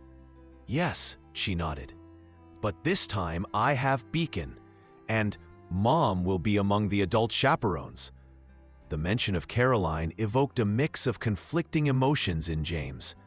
The last few months had been a period of cautious truce and gradual relationship rebuilding. Caroline had kept her promise to be present in Emma's life. She called regularly, came to Port Haven on weekends, participated in school events, and, most importantly, respected the boundaries Emma set. "Your mom will be a great helper," he said, trying to sound encouraging. "And remember, I'll be just 20 minutes away if needed. One call and I'll come." "I know," Emma nodded, checking the fasteners on her backpack one last time. "But I think I'll manage. I have a plan in case it gets too much." She took a folded piece of paper from her pocket and unfolded it, showing her father a detailed, step-by-step instruction written in her neat handwriting. Overload Action Plan. 1. Find a quiet place, utility room on the first floor or observation balcony on the second level. 2. Use deep breathing. 5 seconds inhale, 7 seconds exhale. Repeat 10 times. 3. Activate Beacon's support. Command calm. 4. If no improvement after 15 minutes, inform Mom or Miss Chen. 5. If necessary, call Dad. "That's an excellent plan," James nodded seriously, feeling pride in his daughter's thoughtfulness and self-awareness. "I especially like the deep breathing point. That always helps. Dr. Lindsay says it changes brain chemistry," explained Emma, referring to her new therapist in Port Haven. "Reduces cortisol and increases endorphins." "Smart," agreed James. "And you can always use our code word if you want me to take you home, without any explanations to others." "Unicorn," Emma nodded. "But I don't think it will be necessary." Her confidence was striking. Just a year ago, the idea of spending a night away from home, among classmates, in an unfamiliar place, seemed absolutely impossible. Now, she not only agreed to it, but actively planned and anticipated this experience. The doorbell interrupted their conversation. Beacon rose, ready for action, but showed no signs of alarm. He had already recognized the familiar sound of the car that had pulled up a few minutes ago. "It's Mom," Emma simply stated, another testimony to how routine Caroline's presence had become in their lives. "She said she would pick us up at 4. James opened the door, letting in Caroline, elegant as always, but now dressed more practically, in jeans, a sweater, and comfortable boots, ready for a night in the historic White House building. "Hi," she greeted, with a slight nervousness in her voice that never completely disappeared in her interactions with her former family. "Is everyone ready for the big adventure?" "Almost," replied James, allowing her to enter. "Emma is just finishing her final preparations." Caroline approached her daughter, maintaining the distance Emma usually found comfortable. "Hi, Sunshine. You look very prepared." "I made a list of everything necessary," explained Emma, showing her mother the neatly written list.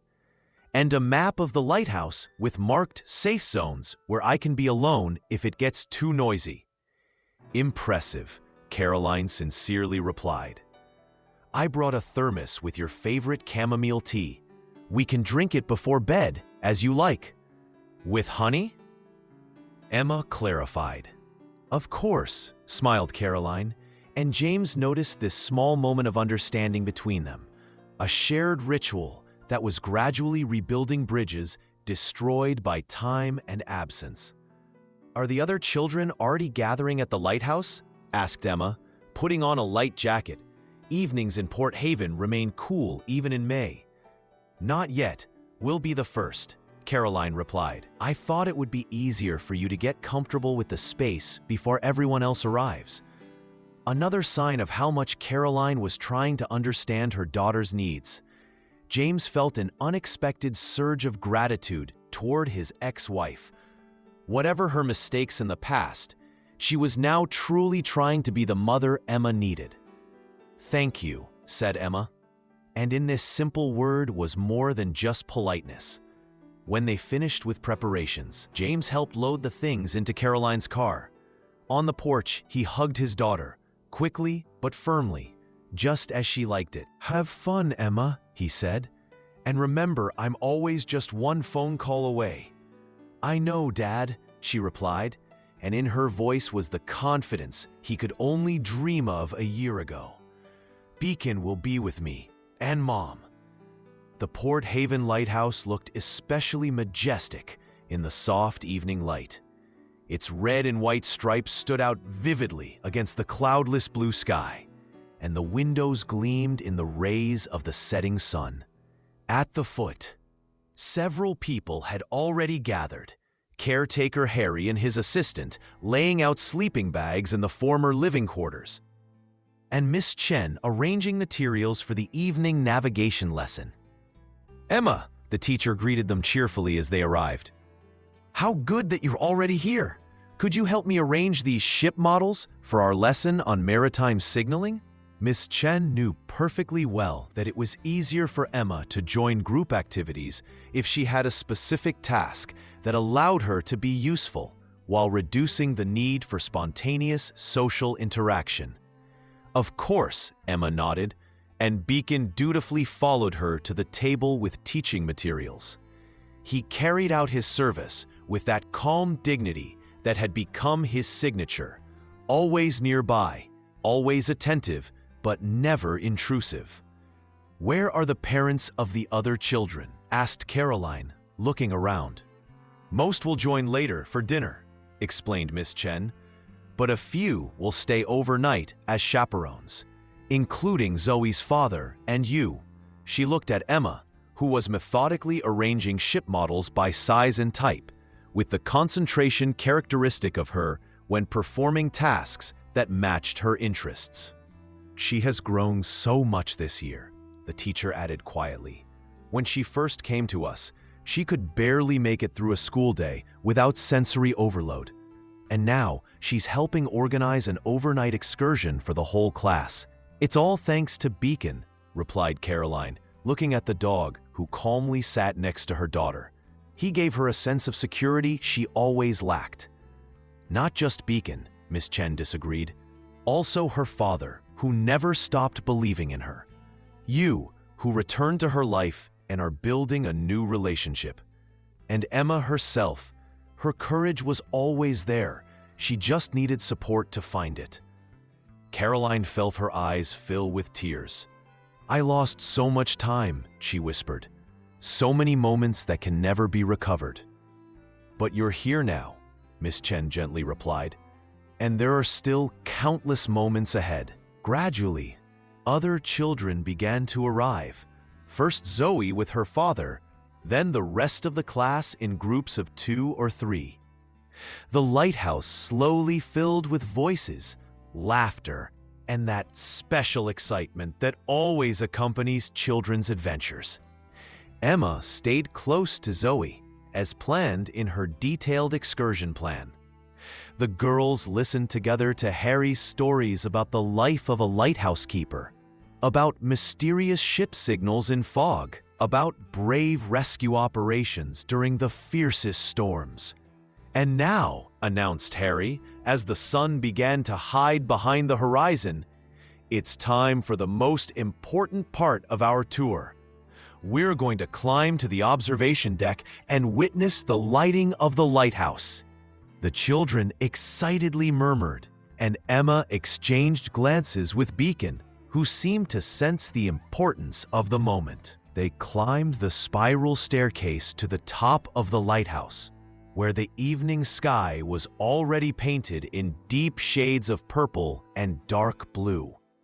The ocean below gleamed with the last rays of sun, and the first stars already twinkled on the horizon.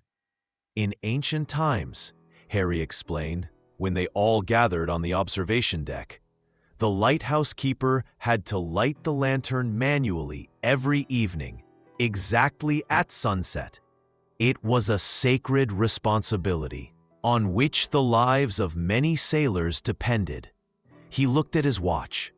Now, thanks to modern technology, the light turns on automatically when a certain level of darkness is reached. But on special occasions, like today, we can start the process manually. He turned to the group of children.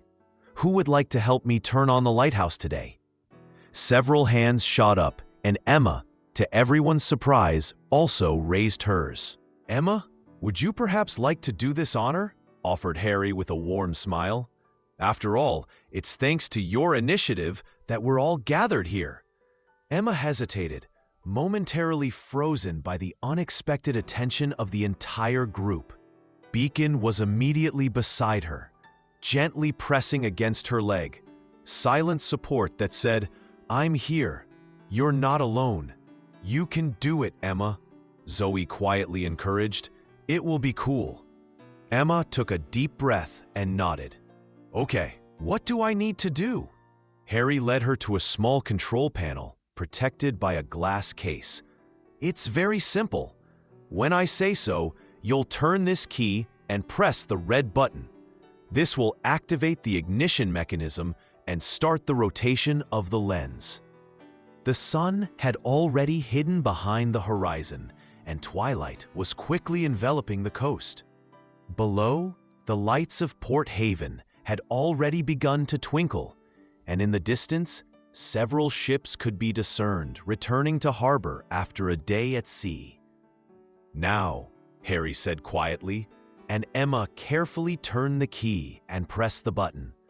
For a moment, there was silence, and then came the low hum of mechanisms coming to life. Slowly, majestically, the huge Fresnel lens began to rotate, and suddenly a powerful beam of light cut through the darkness, projecting a bright path across the ocean. The children's faces reflected pure fascination as the lighthouse light made its first complete rotation, sending its signal to navigators at sea. "Here is the safe way home." Emma stood silently, enchanted by the spectacle. Beacon sat at her feet, his gaze also directed at the rotating beam of light. Caroline stood a bit apart, but close enough to feel her daughter's presence, her eyes moist with emotion. "You know, kids," said Harry as everyone contemplated the great rotating light, "lighthouses exist not only in the form of these majestic towers. Sometimes, lighthouses are people who show us the way in darkness, or even animals that help us find a safe harbor." He glanced at Beacon and Emma. "Each of us can be a lighthouse for someone else, a light that penetrates through the fog of fear, uncertainty, or loneliness." Emma patted Beacon's head, fully understanding the depth of these words. Her own lighthouse was beside her, not a proud stone pillar, but a warm, living, devoted friend who found her at a moment when they all needed rescue. The evening at the lighthouse was full of new experiences. After turning on the light, the children descended to the former living room of the keeper, where dinner awaited them. simple but delicious. Hot soup, sandwiches, and cocoa. Then Miss Chen conducted a lesson on navigation by stars, using a special projector that filled the ceiling of the room with constellations. Emma, as always, absorbed knowledge with the avidity that characterized her approach to topics that interested her. She listened attentively, asked precise questions, and even helped other children find certain constellations. The biggest surprise for Caroline was how comfortable her daughter felt among her classmates. Of course, she stayed closer to Zoe, but no longer isolated herself completely. She laughed along with others at Harry's jokes, shared her impressions, and even allowed several children to take turns petting Beacon when he wasn't on duty. "She has changed so much," Caroline quietly said to Zoe's father, watching Emma explain the Big Dipper constellation to a group of interested classmates. "A year ago, she couldn't even be in the same room with this many children." "Emma has always been an amazing girl," he replied. "Now, with Beacon beside her, she feels secure enough to show it to the world." When it was time for bed, the children were divided into small groups in the former keeper's rooms. Emma and Zoe, as planned, were in one room along with two other girls from their class. Beacon, of course, remained with Emma, settling beside her sleeping bag. Caroline, as one of the accompanying adults, had a sleeping place in the adjacent room, but before separating for the night, she fulfilled her promise. She shared a cup of chamomile tea with honey with her daughter. "How are you feeling?" she asked quietly, sitting with Emma on a small balcony from where they could see the dark ocean, illuminated only by the rotating lighthouse beam. "Good," replied Emma, holding the cup with both hands to warm herself. "A little tired, but not overwhelmed." "I'm very proud of you," said Caroline, carefully choosing her words, "not just for organizing this wonderful event, but for how you handled this whole day. You were like a normal child?" Emma suggested with a note of bitterness that reminded of old wounds. "No," Caroline quickly disagreed. "You were yourself, the best version of yourself. Strong, smart, kind. And that's much more important than being normal." Emma looked at her mother with surprise. "Do you really think so? Before, you always wanted me to be more ordinary." Caroline felt her heart constrict with pain and shame. "I was wrong, Emma, so wrong. I was afraid of what I didn't understand and tried to change what was actually your greatest strength." She paused, gathering her thoughts. "You know, when I look at you now, I see an amazing young person who understands the world in her own way, who feels deeper, thinks more clearly, and sees what others don't see. And this isn't something that needs fixing. It's a gift." Emma didn't respond, but Beacon, who lay at her feet, raised his head and gently placed his paw on her knee, as if sensing the emotional intensity of the moment. "I know I can't get back the time I lost," continued Caroline, "but I hope I can be part of your life now, as a mother who accepts you as you are, and who will be there when you need her." "I think I would like that," Emma slowly replied. "Being a mom isn't as simple as being a lighthouse keeper." Caroline couldn't suppress a quiet laugh at this unexpected comparison. "Yes, that's true. But do you know what they have in common?" "What?" Emma asked with interest. "Even if they make mistakes, even if the light sometimes dims, their job is to always try again, every evening, to light their light to show the way home." This metaphor seemed to resonate with Emma. She nodded thoughtfully, finishing her tea. "Time for bed," Caroline said gently. "Tomorrow will be a busy day with a morning excursion to the caves at the foot of the lighthouse." Emma stood up, and Beacon instantly rose beside her. "Good night, Mom," she said, and something in this simple farewell seemed especially significant. As if for the first time in a long time, she was truly addressing Caroline as her mom, not just as the woman who gave birth to her. "Good night, sweetheart," replied Caroline, restraining the urge to hug her daughter. "Sweet dreams."